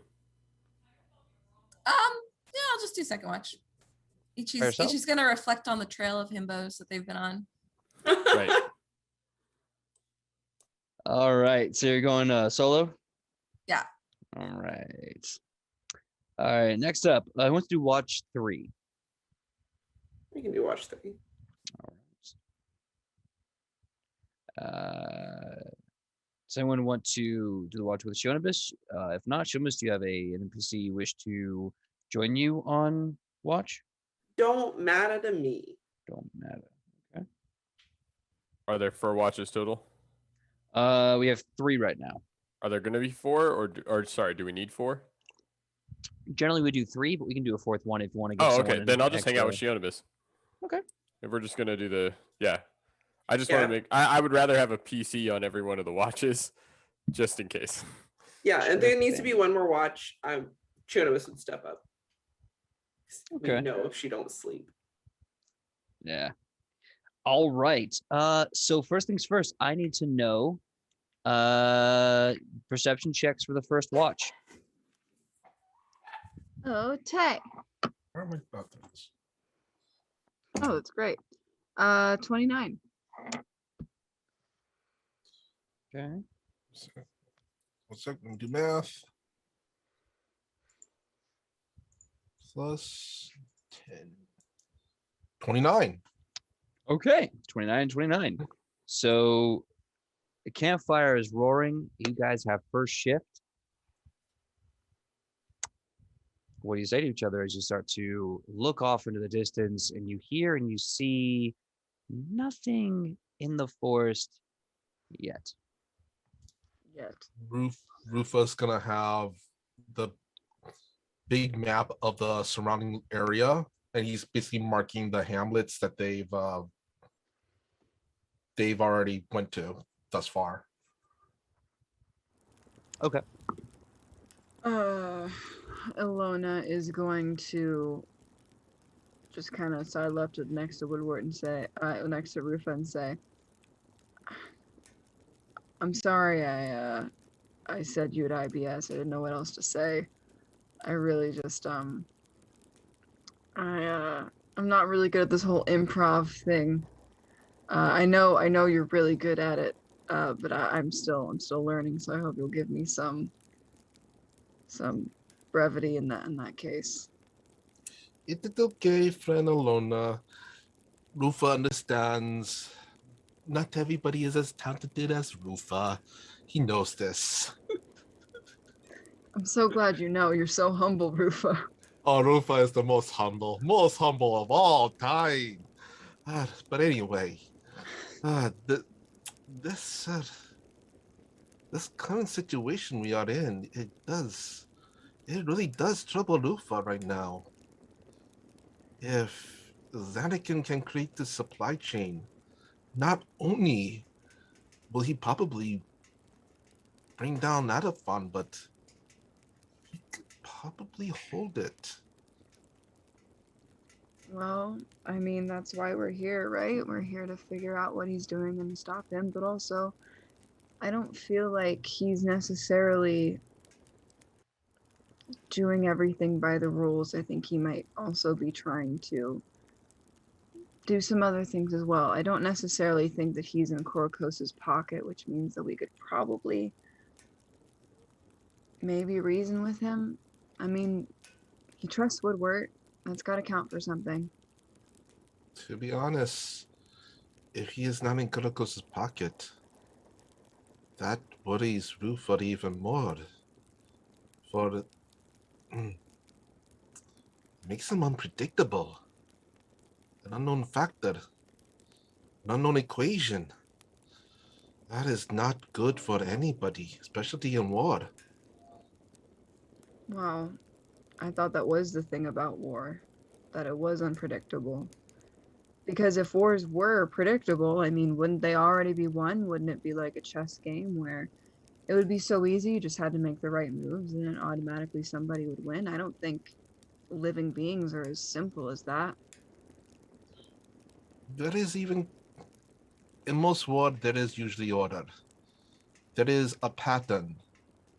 It is who could take advantage and exploit such a pattern that usually wins such wars. When it is chaos, it could be unfathomable destruction and kind of a look of kind of as if Rufa has seen something like that kind of comes across his face. How do you know so much about war, Rufa? Where Rufa come from? Ward? And he kind of looks over at where Morel's sleeping. Ward is a part of life. Rufa knows this. That is just Rufa guesses that's why Rufa sometimes under friends also motions over to Morel. Friend Morel. I mean, I understand that's a large part of living beings is war. I've read about it. I've kind of seen the aftermath of it. I've understood it on a very academic level, but you have a very, of course, deeper understanding like Morel and Rufa looks over at Alona. Friend Alona, if it is one thing that Rufa could do, he would not want to. He wishes you would never know the true horrors of such wars, nor to any of our friends. War, it could change a man, a woman, children, everybody. I appreciate that you want to keep people from it. And I agree with you. I don't want anybody to see it either. But that's why we're here, right? So True. hopefully most people don't have to see it. If we can nip this in the bud before it gets too bad, before it reaches Alphon Prime, maybe we can stop it before more people get hurt. What Rufa is most worried about right now is he has yet to see the pattern. There is always a pattern. And then he's like, he kind of turns over the map to the other side. And unlike the first side, which has just the X and a line, there is a lot of, almost frantic scribbles like Pepe Sylvia from Always Sunny in Philadelphia. There's like nodes, crossed out words, and like different routes, and this is what Rufa is trying to make sense of. That's a lot of string, Rufa. Where'd you get all that string? Sometimes Rufa, he souls. It calms him. The disguises. Someone has to make them. Right, makes sense. Okay, so really fast, I'm going to tell you that on your watch, nothing of interest happens for the rest of the shift. You guys have a good time talking about this, and then next up, Ichi. It's your turn. Give me a perception check really quickly. That is going to be an 18. Okay. Is there anyone in particular you want to talk to, or are you just going to talk to yourself, or are you just going to like kind of look and see what happens? Who's lounging around? Which of the NPCs has been looking restless? All four of them actually. You kind of got Morel, who is awake. You got Tobias, who's still kind of hanging by the fire. You got Antigone and Hera, who are also chilling by the fire, and it's kind of got like a weird energy by the fireplace right now. Weird energy. I'll chat with our intern. Oh man. So Tobias just kind of gets up and walks over with his canteen and pops a squat by you and goes, "How are you doing, Ichi?" Great. I've just been reflecting on the road, these tiny little towns, they don't really have much. They don't even have a Bun Boys. And to think that the orcs just been coming through and not actually destroying anything. I wonder if, I know we still don't really know why, but maybe deep down they could tell like, we gotta at least let these people have a chance to get a Bun Boys at some point, right? He raises his canteen. That's a dream then, yes? A head in every bed and a Bun Boys in every block. I say that's worth fighting a war for. Living and eating pastries.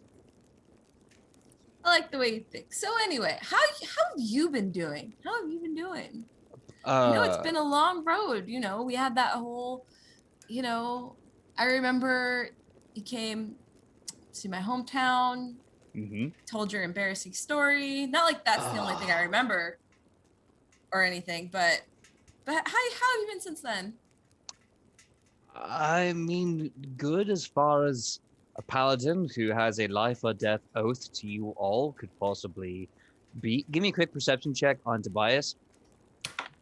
Oops, I just dropped that one, but we'll go with it. 19. You can tell he's a little distracted. He kind of keeps poking looks back at the fireplace. Ichi does this basically. All right, what's really up? I see your wandering eye. What's going on? Really, look at me. Oh. Yeah. What's going on? I'll find out if you don't tell me. I right. will. All right. Fine. Okay. So, you know how you basically just threw me on the platter for that half-orc warrior woman? I threw you on the platter? What? When did this happen? I don't remember. Really? You don't remember Agrippa upon a bear, the whole dancing under the moonlight? You basically served up to me and you said, "Here, Tobias, here's a date. Do what you do best." No, you don't remember that? Because that's I I read that clear as a bell. suddenly I have no memory of that place. I don't know what you're talking about. But anyway, go on. Look, I'm not a stranger, all right, to people presenting good evenings with me. I'm not a stranger to that. I understand what it means to do a certain job for money. I have no problem with that. So, yeah, gave her the night of her life. And I don't know. I keep having thoughts, feelings. I don't know how to talk to her. I feel like she's just gonna punch me in the nose, so I don't. Cogs in Ichi's head are turning, and she's quiet for a while, and she looks like she's thinking really, really hard. And then suddenly, were you an escort? Shh. Yes. Yes, yes, in a sense. But don't. It was. Is that why your moves are so overblown and awful? What do you mean my moves are overblown and awful? What? I just mean like they're you do the most, you know what I mean? Like I do the most. do the I don't know most. what you mean. Remember when we met? Do you remember? Yeah, I do. Yeah. Okay. Yeah, I do. But how can you think back on that memory and tell me that wasn't the most? All right, you don't have to answer that. Okay. No, it was. I mean, I'm sorry. It's my defense mechanism.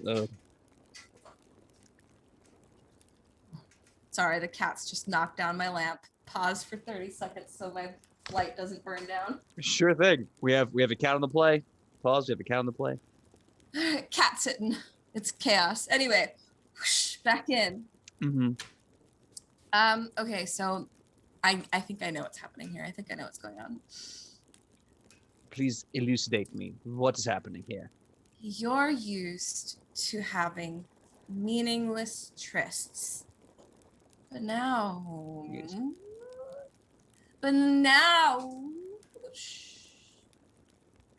you have feelings. Oh no, the F word. Look, It's not mate, my F word. no, I don't want to know.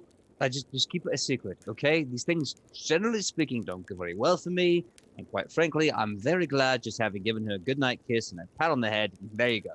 It's honestly, it's kind of refreshing for a change. You're very glad. Yes, You're very glad. I'm very glad that's all it was. Yes.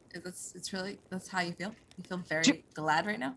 Yes, because for once I actually got to enjoy someone's company, and there wasn't power involved. There wasn't like world global domination or church falling to asunder to a demon. It wasn't someone trying to kill me afterwards. It was just a kiss goodnight. It was the first just a kiss goodnight. It was nice. Yeah. I mean, that is pretty nice. But I guess all I'm saying, not like I know what I'm talking about. I don't. I really don't. But it doesn't have to be like a one-time thing, You can have that like just a kiss goodnight feeling multiple times with the same person. And I've read in books that that's called a relationship.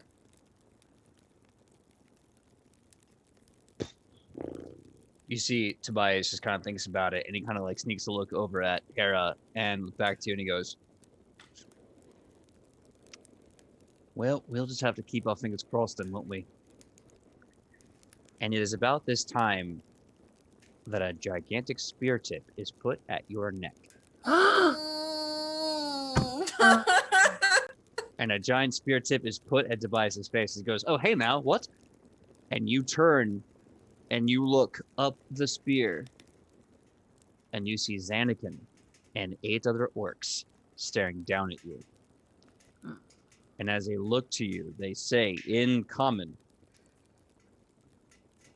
"We did not come here to kill you." They take the spear, tip down, stick it into the ground, and they take a knee in front of you. And they kind of get into a 3-point stance with their head down. They say, "We only came to talk."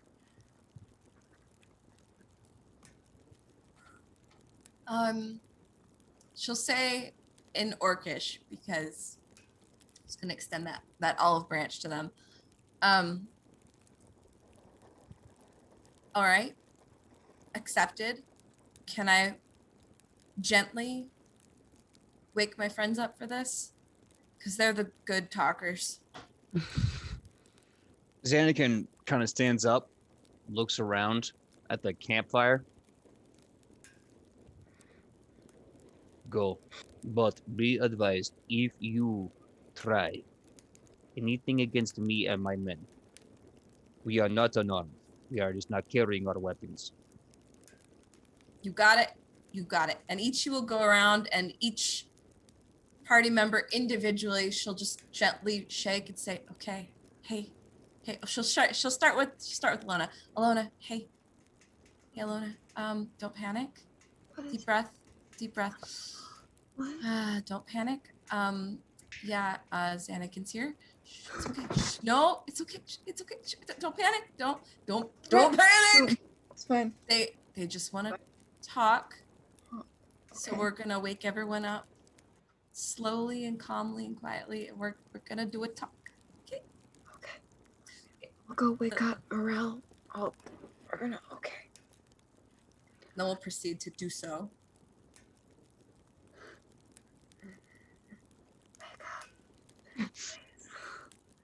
Please wake up, Morel. What's going on? What's happening? Apparently nothing bad. Apparently Xanakin's here, but not in a bad way yet. Okay. So he just kind of nods. He goes, "Bloody hell, he's here!" And he just kind of stands up. He kind of staggers to his feet, kind of like gets his feet up, and he's just very tired. He's still getting his head together. Like he makes a boxing stance. And at that point in time, you see Xanakin and his 8 orc warriors kind of around him. He's in your camp, standing by a campfire. And he says, "My name is Xanakin Rauskin. You know me. I'm here to talk to you." In this meantime, I would have woken everyone up very quietly, just so you all know you're there. Woodward there's a little bit of effort because he doesn't believe you at first. That's total BS. It's like that's the worst lie he's ever heard. And then he sees like Alona and Morel are up, and that doesn't make sense for the watch. Now he starts to like slowly come together of like, this is either a really elaborate ruse that she's gotten everybody else in, or this is happening right now. And then he finally agrees to get up. Rufa takes off the cucumber slices off its eyes. Rufa has he has a night cream on his cheeks. Rufa moisturizes, okay? He knows. His eyes just go wide when he sees Xanakin and his crew there, and slowly just kind of puts his bag around his shoulder. Kind of walks over. He still has the night cream on though.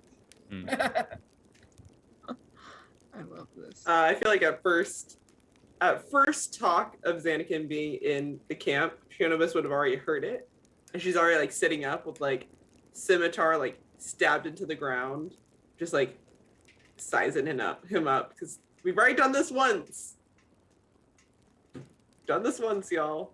So some of you that are like preparing attacks, you see his 8 buddies like kind of reaching for their waistbands like with purpose, and you see Xanakin raise a hand, and Orcish, he says, "No, We talk. Trust me. And when he says trust me, all the orcs just go, and they kind of just like, they melt defeated. And Xanakin then raises a hand and says, hello. I wanted to have a talk with you. We sit around fire, yes? Yes. Hmm. Okay, good. This is good. We're sitting in Orcish. She basically tells everyone to sit, and they're all kind of like awkwardly looking at him, but taking a seat around the campfire. Looking at these orcs, these are the biggest, baddest orcs you've ever seen. They're easily almost 7 feet tall, 350 pounds, covered in scars. It looks like they have seen more action in their like 20, 30 years of life than you will see before the day you die. They look honed and sharp. And Xanakin just kind of looks at you all and just kind of like messes with his tonsured ponytail and goes, so, I would like to start by answering any questions you may have of me. Ilona nudges Woodward and she goes, he likes you. You should maybe. Right. Yeah. Oh, yeah. Right. Sure. I got it here somewhere. Woodward like takes off his backpack and like starts rifling through it, and he eventually comes up with this letter. Yeah, I got this, and it came with a necklace. What is this? This is from you, and why? That is my handwriting. I never send you this.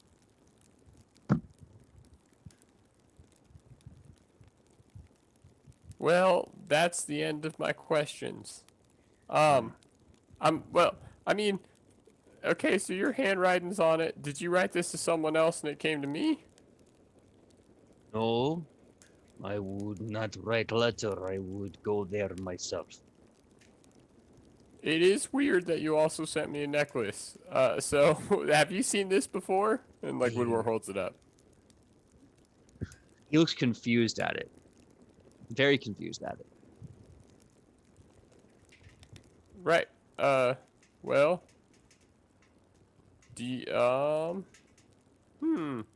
Guys? So, why do you want to talk? First of all, I want... been through this before, so. Right. So, if you are following me, it is probably because you know I am taking the war away from Korokos. I agree. We must fight you. I do not agree. We must destroy your homes. It makes no sense. I don't see why we must destroy all nations. It makes no sense. So, I come to you to ask you. I will attack Adolfon Prime. I will fight as much as fighting is necessary. But when I win, I will stop. I am asking you to let me fight. Let me win.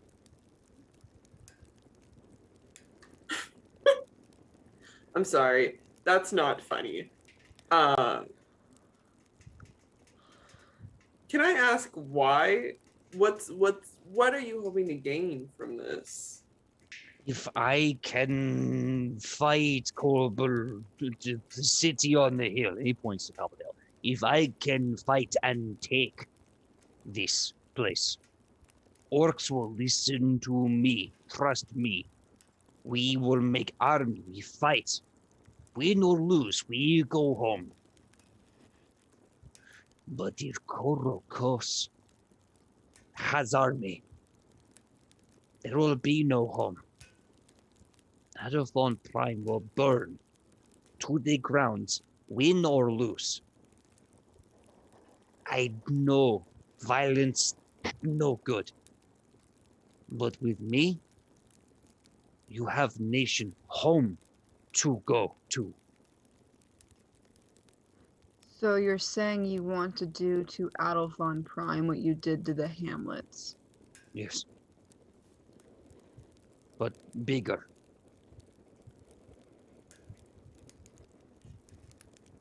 And the logic behind this is that if you gain the orcs' trust, they'll follow you instead of following Korikos, because if they follow Korikos, they have a scorched earth mentality.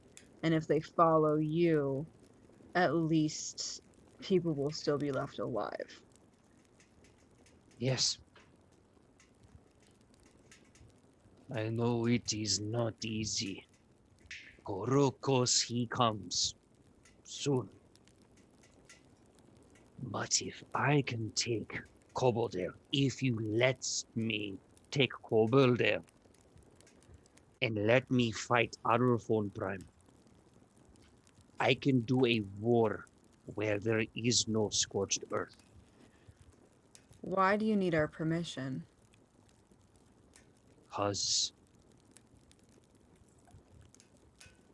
Because I trust you. I don't want to kill you. What do you want? I want peace. But for orcs, this means we must at least fight civilization. We must attack Adelphon Prime. We must hurt those who try to have order where chaos is supposed to be home. I just want to take all of this oh, fuck my kind bad blood and get it out. So fighting for you is cathartic. It's not Yeah. necessarily a means to an end.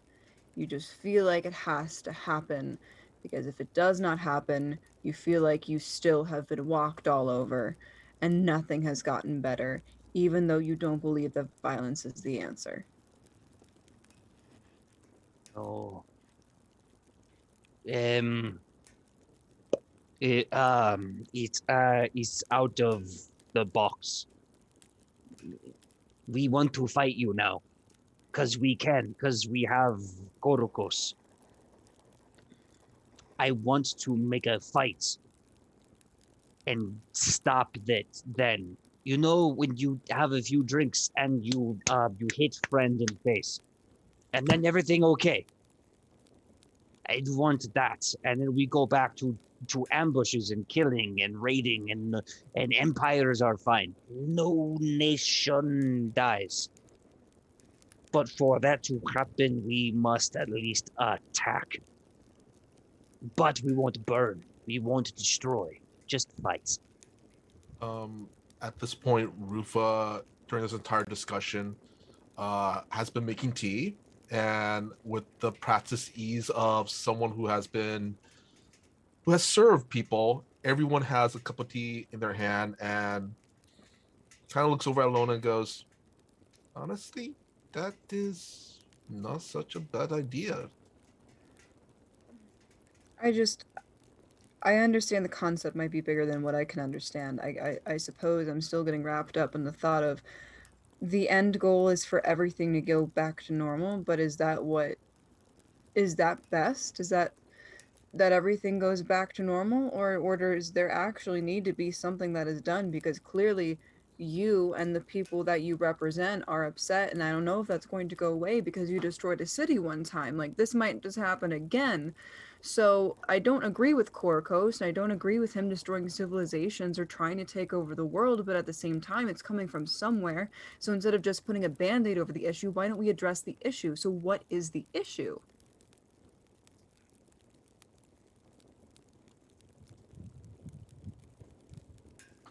Orcs taught at young age by our Scarfather that we must rebel, we must destroy all civilizations.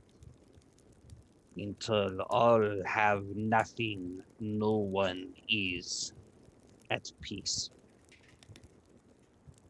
Our paradise is empty. We raid for food. We kill for home. We fight because it is easy. It is what we believe we are made for. We want to fulfill this destiny that you priests, you champions, you say you have. You just want to, I don't know, make sense of this world. But these fights are gonna get people killed. For us, this is acceptable. We know we are going to die. And you're asking us to step aside so you can kill people inside of that city over there. So then you could then move on to kill people in the next bigger city. It'll still be standing, but it's soldiers and civilians. Some of them won't be. This is war. It happens. It is a terrible thing, but we are used to it. But does it always have to be this way? I have only ever known Palermo. I have only ever known the shaman whose words make swords. I have only ever known my brothers who hunt and kill and raid. Maybe we could not do these things. But how long would these take, and who would teach us how to stop being orc?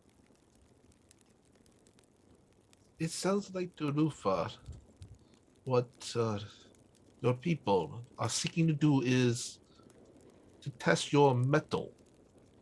Is that correct? I can show that me and my 8 guards can take a city by ourselves. We can show orcs we don't need Korokos, that we can do whatever we want as a group.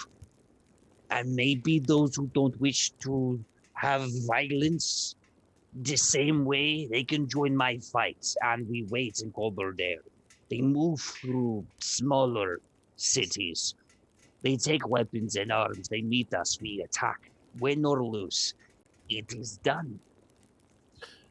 How certain are you of if your people that your people will follow you if you succeed? I know. On my name, there is great trust. Korokos comes to me because my name is trust. If I can prove that my fighting is better, then they will join me. I feel it for my namesake. But you realize fighting, if you take a city like Alphon Prime and you fight them, say you win, they will retaliate. If I was the ruler of a kingdom, I would, without hesitation. Yes, and you would be right for this. We understand. Like I said, the box is broken. We know what we are doing.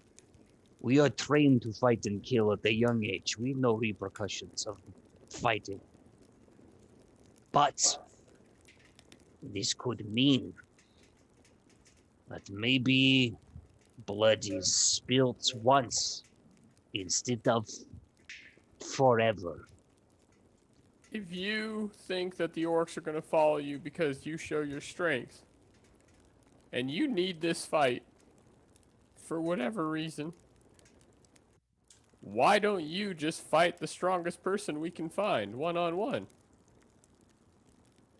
Because if you can then beat the person we find, then Adelphond clearly could have been taken any time, and you can tell that to your orcs and move on. You are suggesting a duel. I believe, in Ichi's words, a cage match. Ichi. You would make cage for slaughter fight, yes? Yeah, I have a pocket cage, basically. Oh, this is interesting. Also, you know, I mean, I don't know if this is really something you guys like, but it could be like the whole thing. Like refreshments. Refreshments help me. I say the orcish word. Oh, booze. Yes. Oh. Yeah, like in popcorn and stuff too. Yes. Meat chips. Jerky. Yes. But for this to work, I would have to kill champion. Yes. Well, you said that you didn't know if you would beat Adelphond anyway. This is true. Also, So you got the same matches, except no orcs have to die, and then you don't have the retaliation of a whole city against you. Also, it does not have to kill. You can always submit. Isn't that more humiliating when your opponent quits? Bows down to your strength. We have a word in Orcish. Some. It means failure. It means retreat. It means giving up. If he gives up, if they, Pattern, Anakin is doing his best. If they give up, it would not be victory. It would be pathetic. I wouldn't want that for them either.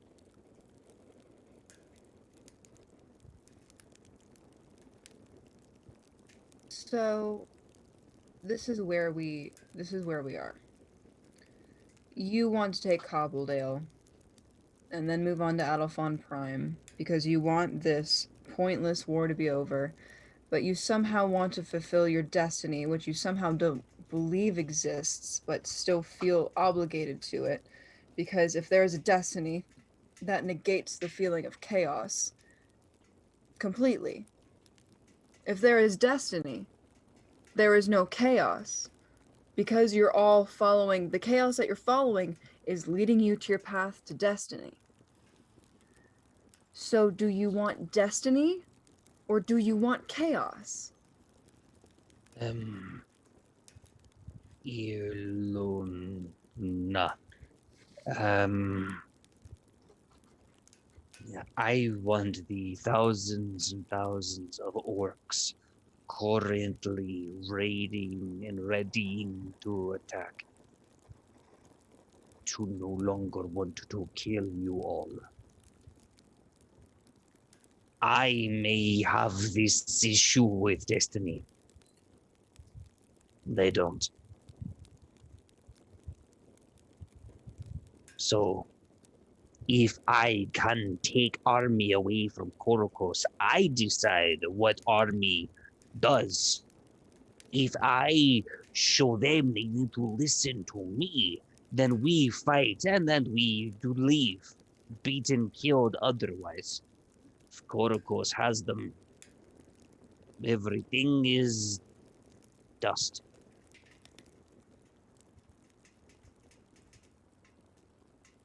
We're just losing everyone tonight. It's one of those nights, I swear. Hello. She's back. Ilona got so upset she rage quit. The The last thing I heard was Korokos turns things to dust. Pretty much. Okay. Why don't? Okay, just hear me out. Also, before I say this, are these anti-Korokos things work, right? We're pretty sure of that. I don't know. He has not responded to me since you all saved my life. Oh. Yes. So, hear me out. Hear me out. I know this is sacrilege. Why don't just we all kill Korokos? And then you are in charge. Do you know where Korokos is? No? Do you? I have idea. We could find out anything. I feel like we're pretty good at finding stuff out. Are we? Am I crazy? What do you guys think? We do have a proven track record. Because I guess the reason why I say this is like, it doesn't feel super comfy to me to just be like, yeah, go attack villages, even though you're giving us this like scale of fate to put our finger. It still just doesn't feel like real good inside. So maybe there's another option. Maybe what you need to do is show the orcs another way of life. I have an idea.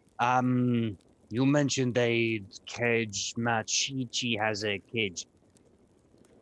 You see him doing mental math, trying to figure out time and distance. He goes, tomorrow night we are going to attack Kabordare.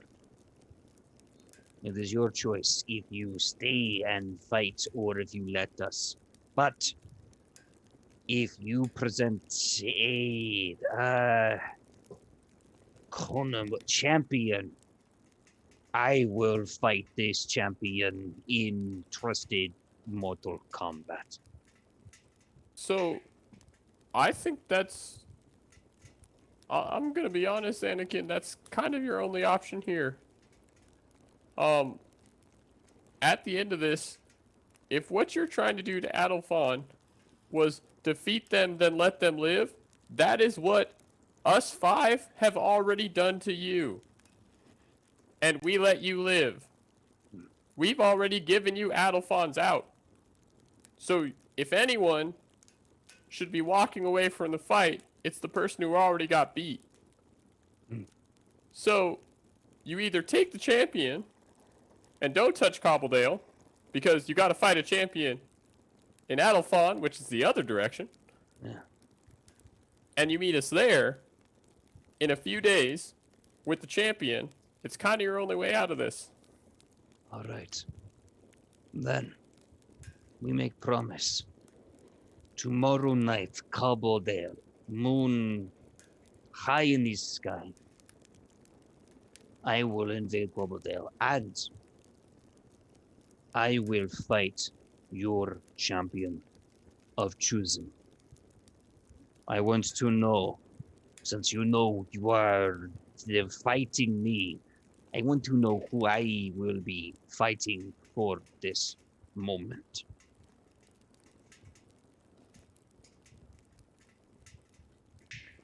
Rufo kind of under his breath goes, not it. Well, I guess it's me. Probably. Who else could? Loafin. Loafin sempre.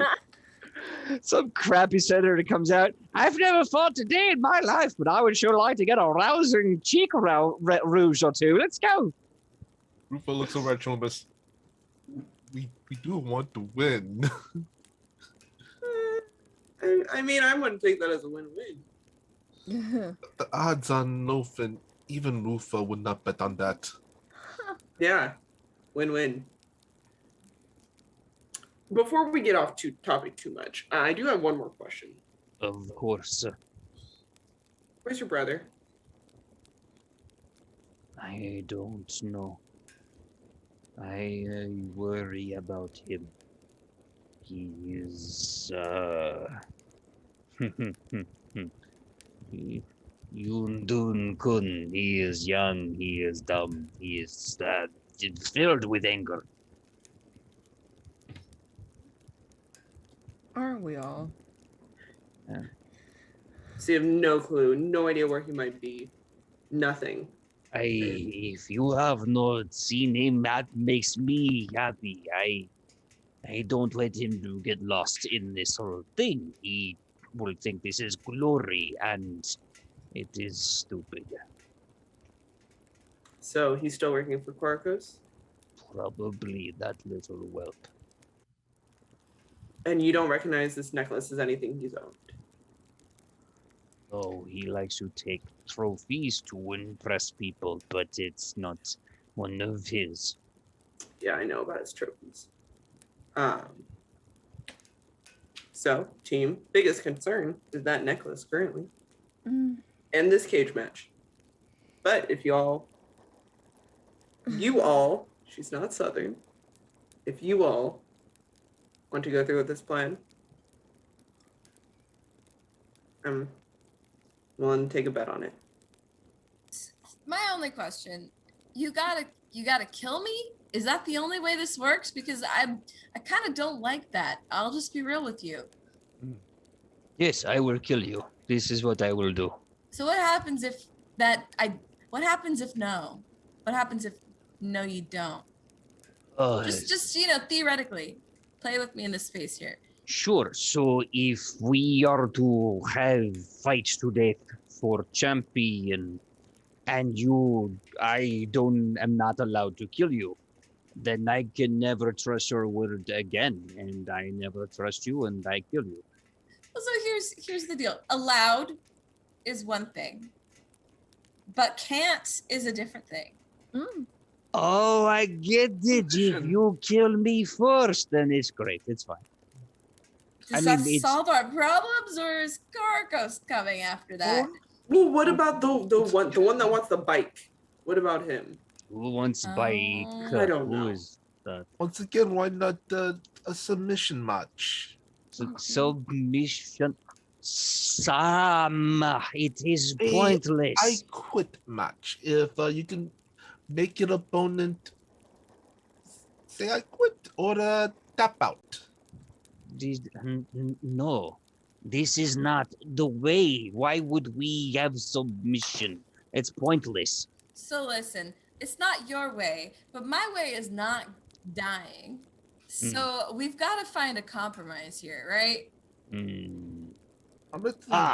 I know way. First person to lose all 4 limbs, they lose. That is not how. Sounds better than dying. I'm just saying. Thank you. Yes, you are alive. It's great. I'm Not ideal. I don't like. I don't like this. So then why don't we find someone different? We could have But different. then they have to die. Oh, not if they're better. Yeah, there's only a Yes. slight chance they'll die. Yes. I think dying is the thing we want to get away from here. I don't think anyone should have to die. The whole point of this is that people don't die. But wait, you, the person who prayed to Flower Lady, did she not die so that everyone could live? If this is true, then if I die, then that means like Flower Lady, I die so everyone lives. The goal is not to make more martyrs. My goddess died protecting the people that she cared about. Absolutely. But she's also the goddess of battle medics, so that nobody else has to. That's the point. There shouldn't have to be any more martyrs. Then what are we doing here? Isn't that what we're all doing for this war? We're not dying for the war. No, we're dying. We're putting our lives on the line to give these people a fighting chance that we don't even know in cities that we have never been to. Isn't that the same thing? In war, there are sacrifices. There are sacrifices that need to be made for the greater good. Jonah, this does bring up some good points. Rufa still says, if we could find a way to have one person perhaps admit defeat without killing them, it is so much better. You show much more. The victory would be so much greater. And also, perhaps down the line, if the opponent is honorable, you could once again face off against each other. Because when you die, it is the end. But if you could force the other one to admit defeat, you could fight, and fight again. Is that not what the orcs find strength in? Being able to always fight, get up, and fight again? Or now, Rufa, hear me out, because I feel like you'll like this idea. What about theater? I am struck down in my prime by the orcs. Weeping. Everyone is sad. He goes back. He won, but it's all a show. No one has to know. And then mysteriously, La Pacifica Dorita Ita, my cousin, who is me, just comes onto the scene, you know. They're gonna know. They're not gonna know. They're gonna know. They're not gonna know. Speaking of, how are they gonna know? How could they know? Anyway, actually, speaking of people, Sidney, give me a religion check really fast. 8. Sweet. 29. Nice. Okay, so bit of a fourth wall meta break here. You know that if Ichi is to get slaughtered in combat, if you can do any one of your healing spells within 30 seconds of that action, she can be saved the actual dying permanently part. I know I can bring people back to life. I grasp that. My apologies. I didn't know. I thought maybe that would help the planning process. Yeah, I get it. I understand, but I feel like that's such a cop out. Here's the thing. If every time we need someone to die, we just send a player out there to just get wrecked, and then I bring them back to life, then what's the point? It's a valid argument. It's a valid argument where magic exists that completely brings souls back from the dead. It's a very good point. I think it's a totally fine plan. I'm not gonna lie. Like overall, you didn't want people to die, and now you're upset that we're bringing them back. So I'm like, if we're gonna do it, and if it's gonna be anybody, it's got to be Tobias, right? He was the champion. No, hear me out. Hear me out. The church put him at the head of this war. That's exactly what they wanted him to do. He's the chosen one. The church isn't going to let him die. He's literally never taken damage in a single piece of combat we've seen him in. He's got 2 gods at his back. And at one point or another, well, at least one is talking to him right now. But at one point or another, he's the only person who could persuade the capital to not retaliate from his connections to the church. Doesn't that mean we need him alive? Well, if he dies, I mean, it's on anyway, right? And he has an oath to protect us. So. But, well, hold on, Xanakin.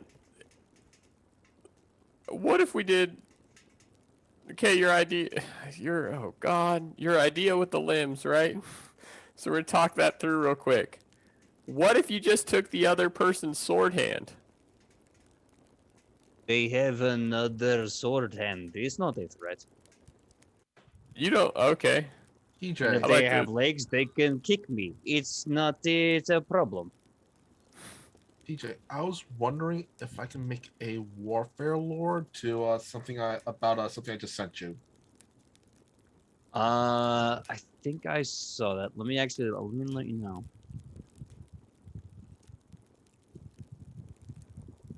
I'm gonna say no, just because I don't think that's something that we have, so it's nothing to worry about. Could it be something that would it be okay if it's something that Rufa introduces? I'm gonna say no, Okay. but thank you for asking. Any other thoughts or questions or anything else?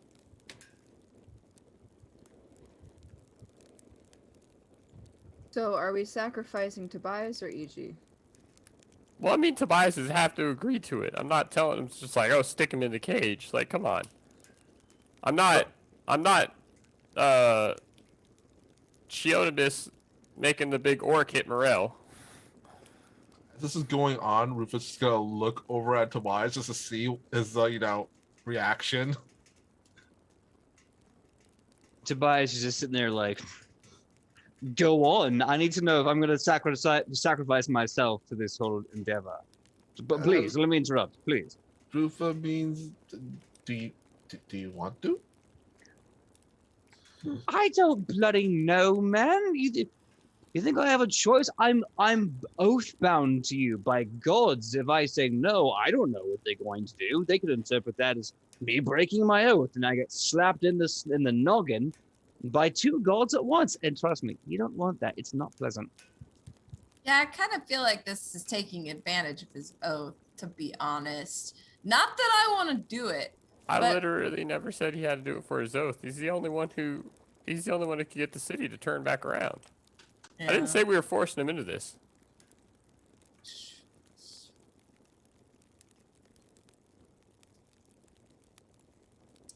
Either way, I think the champion's the best bet, because it's going to save all of the civilians inside of Adelfond. We can have all the way until tomorrow night to move out the people of Cobbledale.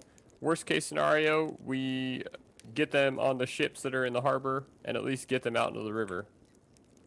As many, whoever's still there. And once they take Cobbledale, which they'll just walk in and it'll be a place, and he can say that they were fearful of him so bad that they left. And then he marches off to Adelfond, get champion out front door, and then we see what happens. Because he's clearly not leaving without a fight. Or she says this to maybe she gathers the group to the side. Huddle, huddle, huddle. Or we just fight them and kill them and stop them from attacking the town. And I know he says that, like, Xanakin's coming, but, like, I don't know. This all seems like a bad plan. Does Rufa wants to know, does it have to be a fight? Can it not be a contest? I think at this point, he's literally said in every way, single way that someone's got to die. So it's either we risk fighting them in the front of Cobbledale, with Cobbledale at our back, which turns into an all-out war. They got to take it anyway and kill everybody behind us. Then we move to fighting them in front of Adelfond, which means they'll mow through us because they're an entire orc army who just got the justification that we fought them at Cobbledale to fight us there at Adelfond and take the front gate.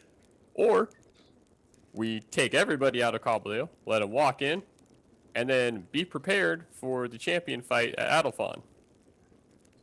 PJ, I was wondering if I could roll a warfare lore just to kind of get a inkling of the odds that Adelfond Prime could do against the Green Army. Sure. Yeah, go right ahead. I feel like if we're pulled off a side, I feel like we got other people too. I mean, I'm gonna be honest. If what's her face, head of Koga's champions gets a whiff of this, she's gonna show up. There'd be no convincing. She'd walk out that front gate and go fight this orc. Belladon? Yeah, sure. Magister Bellina. Belena, that's what it is. 28. Got it. Close. 28. Considering what you've seen of the Adolfon army and considering what you've heard of the orc army, it's hard to tell because it is still surrounded on all sides, and it's a siege. And sieges are hideous and they're ugly and they're bloody. And these are people. Orcs are a very diverse group of people that don't take death lightly. Let's just say death is hard to stick on them. So it's a hard bet to actually pin down. So if they take death so seriously, is the whole thing off when I bring the champion back to life? Are you asking Xanakin or are you asking PJ? Well, I'm asking PJ. Okay. That's hard to say. If they have the idea that they can trust the battle, you think it might go well. If they feel like right away the battle was a farce and their trust in you is faulty, they may just attack you otherwise. If there's some downtime and they see the champions come back, maybe they're not so prone to be upset. Come back? What do you mean by come back? Let's say it's they don't see the dead body standing up again and walking and talking for like a couple of weeks. At that point, they can probably go, I killed you fair and square. You're back for round 2. Okay. But if it's right away, they're like, we were robbed. This is not okay. At least that's kind of the vibe you're getting from Xanakin's pitch. Okay. And there's no way that Xanakin would be okay with me bringing him back, right? No way. He would prefer death, as Klingon as this is to say, he would prefer death before dishonor. Okay.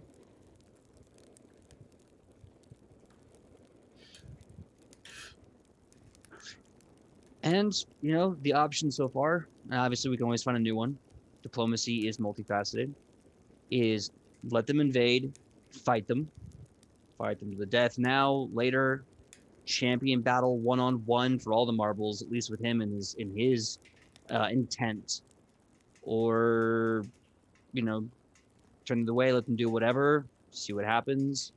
You have options. And you have more, by the way. I'm not saying you only have those 3. Those are just so far what I think I've been hearing. Just kill him now / later. Championship fight. Kill him then, or someone else dies, and then you bring him back and, you kind of took him away. Or you just turn your back and let them do their thing and get settled up in Cobbledale, and then see what happens when they attack Adolfon Prime, if they can. What's your thoughts?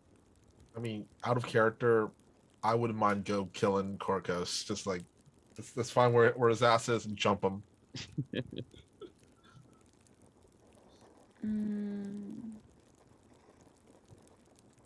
I just don't know. Personally, I just don't see how. I don't see how a championship battle does anything. Like, there's no guarantee that the orcs are going to see that and automatically start following Xanakin and leaving the town alone. There's no guarantee of that. Korkos is still alive. He'll still be a problem. There's no guarantee of any working. Yeah, and also there's no guarantee Cobbledale, to win. the war in general. There's no guarantee that anyone's going to follow Xanakin. Yeah. No guarantee that we're even going to win even. As far as we know, Xanakin's full retinue of followers is the 8 dudes behind him. You do know, though, that if he is to win and declare that he has taken Cobbledale by championship fight to the death, then there's at least a precedent of trust that some orcs may flock to his army, breaking off, or maybe all of them entirely breaking off and joining him there. It's hard to say, but it's either that or you let him have his own little personal military campaign, which he's already kind of doing. It's a tough situation. It's a rough way to go. The question is, What's the best of the bad situation? Am I just being paranoid? Or is it that we don't even know if he's telling the truth? Right. I mean, it's all on a hunch because every Yeah. single orc would have to make up their mind. Yeah. Or that Anakin is Anakin? God damn. Basically. Hide the younglings. Anakin. Hide the younglings.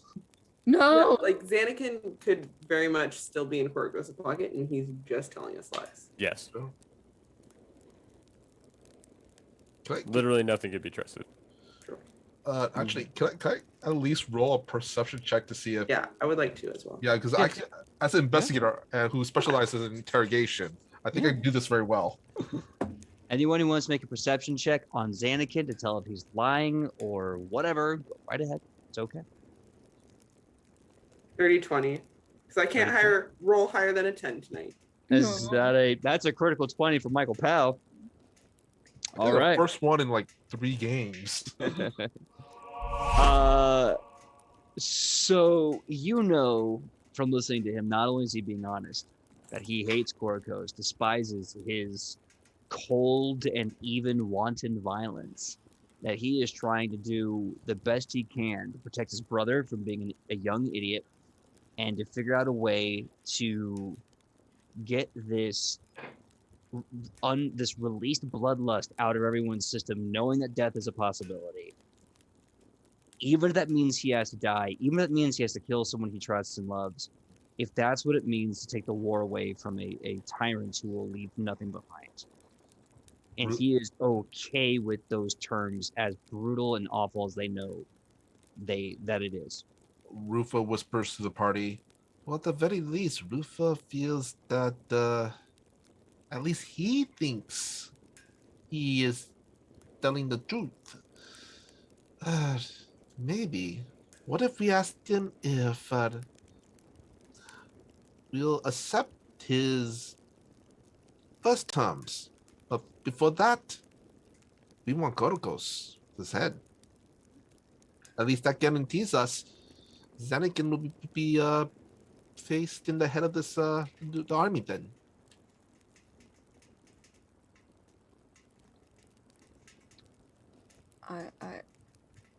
I'm okay with that. If So- I knew how to get Korokos' head, do you think I would be doing this? Oh, is he in the huddle too? Oh, I'm so sorry. I thought you were being loud. My apologies. Please continue. Pretend I didn't say anything. Okay. No, I just love the idea of Xanakin just popping We up just behind like look over. Just, we're like, Huh? this is good plan. But oversight. Don't you think I thought of that?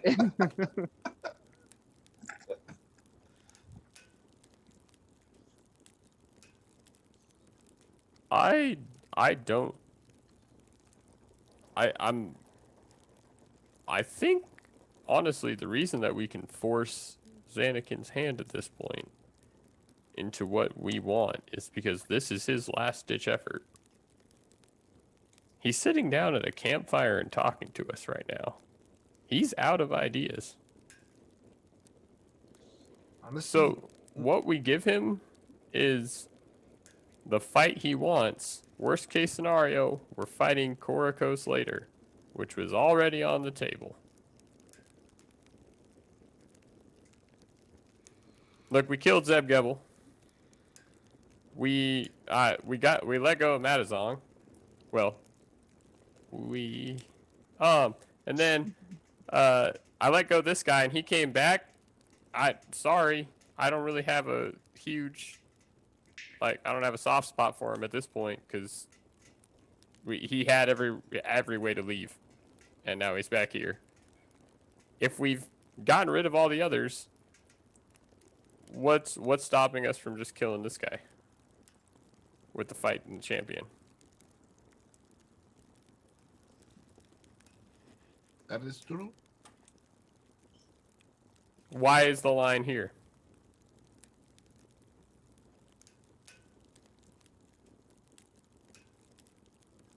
So it's either he or a champion dies, or people inside of Cobbledale have happened to them what were two people who defended themselves in a hamlet, and then that immediately happens when siege spears start flying over the walls at Adelphon. Honestly, friend Woodward, if you put it like that, if we must, I would say, Rufo would say, you look kind of glances over at Zenikin. We do what we must. If that is one out, that is the yes. Still, Rufus still says that before this happens, if we could take out Gorokos and then have this match, at the very least, we know what we are going to be getting into. I think the argument, Rufa, is that we can't do that. We're not going to be able to find Gorokos before this match. This match has to happen in a few days, or it's not going to happen at all. And I think that's the solution that we've come to, is that we're not going to be able to find Gorokos until he's ready for us to find him. And for now, until we can come up with something else, this is what we've got. Then we fight. I don't know if I can lose to this guy, I'll be honest. I'm not gonna let Tobias do it, but if I kill him, does that solve the problem? Or no? It does not solve the problem, but neither does it. So we have to aggravate it. lose. Is that what the equation is? That No. No. If he dies, then the army is going to be set in a scramble because they decided to have him as and then if they had him as a leader, he dies, they're all going to have to try to find out, or Korokos is going to have to come out of the woodwork to rally the troops again because they're going to be in complete chaos anyway. Maybe that's a good thing, though. Right. I would say let's just do that. And then we get Korokos when he's down, when he's trying to figure out what to do with these troops. Then we set up a trap. So we are then in control of the situation. Rufa is agreeable to that plan as well. And honestly, there is a high point. There is a chance. I've seen Alona do it with the people that were held against their will with Geb Zebel. If Xanakin dies for his people, he is a martyr. They know that if he dies, and he agreed to die in a match that would save every single one of them from actually having to try to descend upon Adelphon, risking their own lives, there's a chance we could make a bunch of them just turn around there before Korokos ever gets a hold of them. We can all talk to them about how we've let go of Matazong. We can talk to them about how the Red Rock tribe are still their own people. We've already stopped wars in other countries. Like, they wouldn't want to fight this one. We have also stopped the creation of the super orcs. we could defeat him and then bring him back. Make a point of the mercy bat. I mean, I don't know how that'll go over, but honestly, from what we have just learned, that could actually cause some problems. No matter what, we have this option. This is the option that we're going with. We are having a champion battle in front of Adelphon Prime. No matter who that champion is, whether or not they succeed or if they fail. That is what's happening.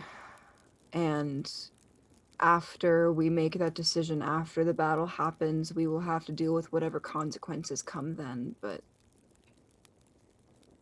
this is all we've got. all I have to say is I'm not going to let Tobias go through that.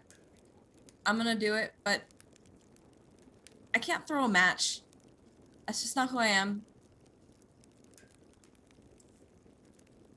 I think the best outcome would be for Xanakin to die. Agree. Agreed. I wouldn't ask you to do anything otherwise. Out of curiosity, this is all in the huddle. Was this loud enough for Xanakin to hear? No, it's fine. Nope. Okay. I mean, that would defeat the point of the huddle. Yeah. I mean, Um, it would, but I'm curious. Really quick. He So can roll for it. out of Well, in I'll that say- case, Sam.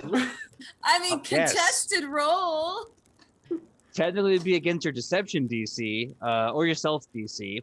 But he rolled a 27. So unless you have like a plus 18 to any of those rolls, he's gonna hear. I will say this. Goddamn. Could still roll in that 20. Oh, He no, it's could. technically speaking, contested in Pathfinder 2nd Edition goes against the DC, the flat DC, not a contested check. I'm Oh. sorry. That's But okay. what I will Play say, the because game. Xanakin wouldn't want to listen and interrupt your huddle. What he will do when the huddle talk dies down a bit, respectfully, he will say, "So who is my champion?" Good. Come here. He walks over to you. He reaches for his hip and he pulls out these punch daggers that you've noticed all the orcs have had since like episode 2. And he takes one into his hand, grips it, slices his hand. Blood starts to bead and trickle along his skin. This massive gnarly dagger barely even really cuts the surface. It's more like a scratch. And then he says, "You do the same now with your hand, yes?" Why? It's a tradition. I will wear your blood, you will wear mine. Quick question. So this is for the fight at Cobblebell, or is it the fight at Alphon Prime? This is the championship match at Cobbledale. Okay. So I wear you, and he kind of pats his chest. I wear your blood, you wear mine. This doesn't mean we're like married or anything, right? No. This means we are good. This means we are fighting to death, but we are good. I mean, Sure. if All we could- right. She does it. All right. He takes his blood. At this point, it's kind of trickled over most of his palm, and he kind of puts a big bloody smear right across your like clavicle, shoulder bone area, and he kind of waits for the same against him. Just you don't have any open wounds, right? Because this is how you spread communicable diseases. No, Just I so you am know. all scars and leather at this point. All right. Good. And then he shakes your hand in Orcish. He has this. He says a kind of like a battle phrase, a cultural thing, basically that it translates loosely into, "I'm thankful and sorry for what we are going to do. No hard feelings." No hard feelings, buddy. Let's hope this fixes something. Remember, tomorrow night, Cobbledale, only you. I trust you. Life or death, I trust you. Would not have it no other way. Is gonna be okay. Very least it'll be a great show. Very least it will be good fight. Pulls his spear out of the ground. All the other orcs look at him, stand up. They kind of nod in respect, pull their spears up, and they start leaving. And he kind of shouts with this kind of jovial, almost sing-songy way, "Laikinunu, I trust you," as he walks off into the forest. Prepared, with a joy on his face and a song in his heart, fully prepared to die or to kill someone he trusts and loves to stop this war from getting worse. And that is where we end episode 55 of Edge of Legend. I know, it got heavy at the end. That was awesome. It was crazy. So thank you so much for tuning into episode 55, The Hunt for Xanakin. Stay tuned for episode 56 next week. We have the championship match to see what happens in this whole crazy thing. Without further ado, let us say our goodbyes. Starting, of course, with Mr. Michael Powell. Please tell them who you are and where they can find you on that sweet, sweet internet. Well, as always, I am the dastardly dashing Michael Powell, and you can find me all over the internet on my social medias, which is at Mr. Kapow, that's MRKAPAO, or my Facebook page, which is facebook.com/Michael Powell Does Stuff, because I do a lot of stuff like my YouTube channel, Fantastic Tales of Adventure. And on Thursdays, I'm on the Toyzilla Network channel here on Twitch at 6 p.m. Pacific Standard Time for Toyzilla Live, where we talk about the latest in toy news and we talk a little bit about nostalgia stuff. So yeah, it's fun. Hope to see you there. All right. Next up, Ian, please tell us who you are and where we can find you on that sweet, sweet internet.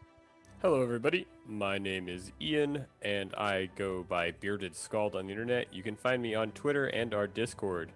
At any given point, I will be hopefully hopping in our Discord a little bit more often recently. I've set a few other things aside to get those distractions out of the way, as you will. So I'd love for you guys to come chat.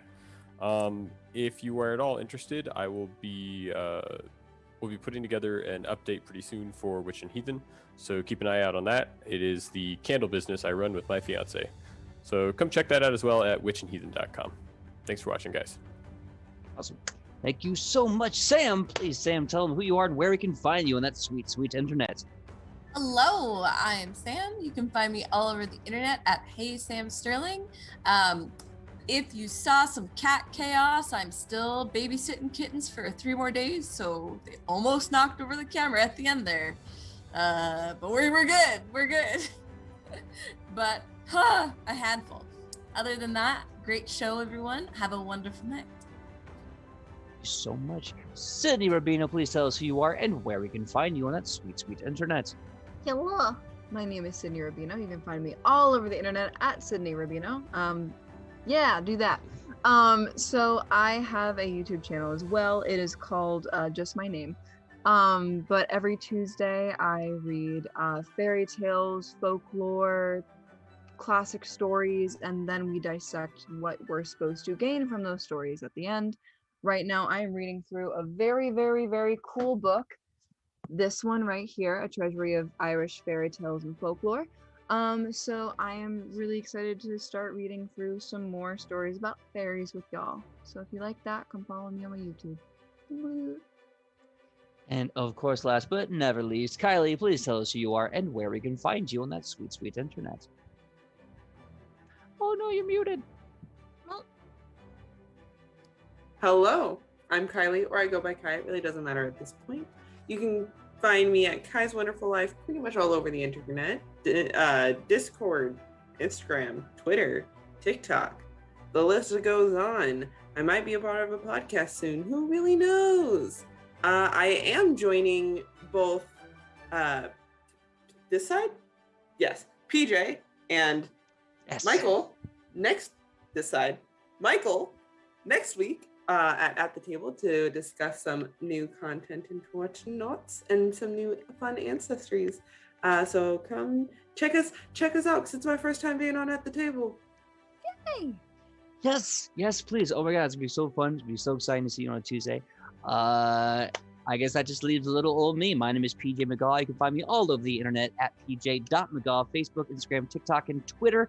Come find me, confront me, let's have fun. I'm out for these amazing legends, making them have a horribly tragic night. You can find myself and Michael Powell here Tuesdays, 3:30 to 5:30 p.m. on At the Table. And also special guest, that's right, Kylie's coming in. And we're going to be talking about the Mwangi Expanse and some fun ancestries. I'm so excited. And hopefully we'll have more fun surprise announcements down the road. We'll see what life gives us. Until then, thank you for tuning in. Thank you for rating. Love you all. And I cannot wait for next episode. I'm really excited. Until then, have a good night. And we'll see you same Nat time, same Nat channel here for Edge of Legend. Bye, everyone. Bye. Bye. Rating. And I'm doing the rating thing. It's gonna take a few seconds. I should have started this sooner, but it's okay. They're playing some D&D. Queen Shark. Oh, Lost Thought. I love you. Oh. Lost Thought just said, is it Wednesday yet? Oh. At the wake at the end. Catch you on the, I look at the clip the they VOD. posted in the chat. we have the VODs. Oh, we Right. got the VOD. I guess I have to say that. Is it Wednesday yet? Wink, love, cry a little. And until then, I'll see you then. And we're gonna be rating in 3, Oh 2. god, so quick. And it's like it's there. It's gone. 3, 2, 1, go. Bye bye.